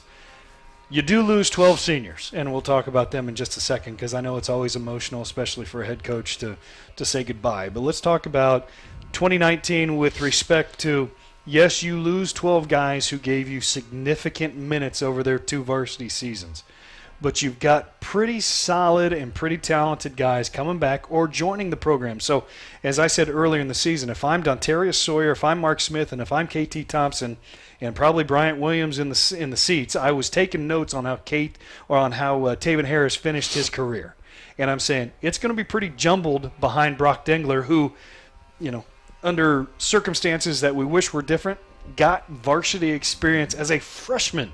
So you have to be pretty excited about the skill position guys you've got coming back. Yes, you got to figure out who's going to be on the edge, ready to catch a football from Brock Dengler, but you got your quarterback spoken for, assuming he stays healthy and eligible, which we think we will. Brock's a great kid, solid in the classroom. And the 4 running backs. I mean, that's going to be a competition that, as you have already spoken to, John, hopefully will bring out the best in each other. Well, one other thing before Coach takes over, you got some guys who are offensive linemen, and Julius Harris is one Absolutely. of some guys who are waiting in the wings to take over for those seniors. Plus, you've got some kids who are coming out of the 8th grade who made some pretty significant promise to get into the high school level. And, I think those things are the things that you take with you and say, okay, here's what we have done well. How do we improve on that? And everybody's got to have a voice in that. Yeah, I mean, if you look at our roster, we started at any given time 8 sophomores, right. And then the 1 freshman, and then Julius Harris probably could have started tonight on defensive line. So that's almost 10, underclassmen that you're playing, and that can be good or that can be bad. I don't know if Kennedy's playing any sophomores. Well, that's bad for the immediate. Yeah. And the thing is, and the challenge that we've all had as varsity coaches is, how do you generate that now from now until next August, and how do you keep all that together and breed that excitement to say, this is where we can be. Yeah, and as I look at it, just in a quick count, I'm going to say if everybody comes back, you have 11 seniors, 18 juniors, and I'm going to say 2 sophomores, because Brock's. I think I already spoke before, and I am really high on Bryant. So I would love to see Bryant compete for a spot next year. So while you're going to be young, maybe some freshmen can add to it. I mean, you're looking at a roster somewhere between 30 and 40 kids if everybody comes back. So you also want to try and maybe walk the halls, scour them for some extra depth. So as you say, in practice, instead of hitting with pads, you're actually able to get some things accomplished. Yeah, I mean, like I told the guys, I want to be doing what Kennedy's doing. So now they're going into week 10. Yeah. So we're going to, my expectation is we're going to lift on Monday. We're not taking 2-3 weeks off, because if you want to play for a state championship, which obviously that's way down the road, but the reality is those teams are still playing and still practicing. So why can't we go to the weight room on Monday for 75 minutes and start working towards next season, or start working towards wrestling? I know Coach Huff and Coach Ship will have them doing stuff, but if you're not doing anything for a winter sport, get in there for 75 minutes and let's get better. Well, and here's the other question. I know, I did exit interviews. I don't know if you get a chance to do those. But I always told a kid to go out for a sport. Mm-hmm. I mean, because the hardest thing that you have to do is to tell a kid who's going to be a football-only kid, okay, we want you to live for the next 9 to 11 months straight and not do anything competitively. And, I said, you may not be good for that sport, but that sport's going to be great for you. You're going to be competing against us, especially wrestling. So I'm sure that's going to be part of the plan for you, is to tell those guys, if you don't want me barking at you about not being in the weight room, you better find a way to get into another sport. Without question, my full-time job better dictate that I do that. Right. Well, let's wrap this up. And again, thanks so much for coming up, Zach Shea. 12 seniors: Reese Wissinger, Drake Parks, Carlton Martinez-Hale, Taven Harris, Bryce Angle, Elias Cordero, Danny Scott, P.J. Jones, Jules Hood, LaDanian Ross, Drake Bailey, Cody Newman. They end their careers tonight on the gridiron. And as I said, they will play other sports. Obviously, about 4 of those kids we'll see on the diamond next summer. Some will play basketball, some will wrestle, some might play soccer, who knows. But as football players, they're done. What was it like after the game talking to those kids for the last time? Well, I talked about adversity. This season didn't go exactly the way that we wanted to as far as wins and losses. But, at the end of the day, you're in this, and Coach, as well, you're trying to make better men, better people. And adversity, to me, you got to welcome adversity sometimes in your life because it's a learning experience. It calluses you as a man. It makes you a better man. And it provides an opportunity for you to grow as a person and an opportunity to get better. So that was my message to them is, sometimes embrace adversity because it's going to make you a better person. Because if you go through life and everything's, great and you don't face any adversity, I don't know if you're necessarily going to get better. So that was my message to them when we left the locker room. Well, those seniors, I said this to you yesterday. I said it to John. This is my 11th season, part-time or full-time. Never seen a Greyhound team quit. And that is a testament to the two gentlemen and their staffs who are sitting right here with me right now. It's as you say, John, if you said it once, you said it 100 times. That's why we love being Greyhounds. And it's cliche. They love being Cougars, and Bettendorf loves being Bulldogs. But it's the beauty of high school sports. I mean, But as Coach Shea says, and I'll even use my son as an example, my son's first couple of explosion teams that he played on were not good. And now they're having some success. They've paid dues. They've experienced that adversity, and now he's appreciative of the success. We can only hope that at some point in time, sooner than later, the worm does turn. And these kids who experience the adversity firsthand will be able to look back and say, yeah, but I helped build where we're at now. Yeah. And that's how I feel about each kid that plays, and then especially as they leave. Kids always played hard. There was not, you can be outmatched, but they never quit. And that's exactly what you want to see, and that is building men. That is building character. And as I've told you, and I think I even probably said it to you, we have to remember as coaches, this is what we do. This is not who we are. We try to do the best we can with what we've got. You guys are outstanding men. You do a great job, Zach. And I just got this feeling, whether it's next year as a 4A school or maybe in 2 years, if we drop to a 3A school, it's coming. And maybe it's because I'm the eternal optimist, and I think I say this every week 9. But I just feel like more now than ever, there's reason to be optimistic. You've got tremendous building blocks to build from, and hopefully it will turn. Hopefully it'll get done. Zach, I appreciate you coming up. I know it's tough. It's never easy to come up after a loss. But when I only get you twice a year, I appreciate you making the effort to walk those steps. Yes, sir. Appreciate you, Mace. Coach, appreciate the coverage and the support. Now my focus is obviously weight room, but, we're turning to winter sports, and, hopefully we can get basketball and wrestling rocking and rolling, and, boys swim, and I don't want to forget some of the sports. Baseball in the spring. I'm talking winter. The one, you talk about pulling out. I'm gonna mention one last thing that I think is making a change. And we've been in and out of it, but I really thought that our student sections and the kid support that they've had all year has been really, really good, positive too. I mean, and I think you take those things, and if our kids can continue to support each other, then you build on the baseline of getting more kids involved and stuff. So I just, I heard them, in the last couple of weeks when we have homecoming game was phenomenal. It was awesome. It was. John, you take the good, you take the bad, you take it all. And there you have. Oh my gosh. The facts of life. Okay, there you go. Hey, we're digging. I'm trying to get us to 10 o'clock. Okay, we could fill with a lot of other stuff other than a song. Go home, see your little girls, put them to bed. Yes, sir. Put another season to bed, and we'll see you on down the line. Thank you. All right, thank you, Coach Zach Shea, head coach of the Burlington Greyhounds. We're going to take one final timeout. When we come back, we'll wrap this game and the season up in a nice little bow. 2018's in the books. 55-20, your final score. Kennedy over Burlington. Back in 1 minute.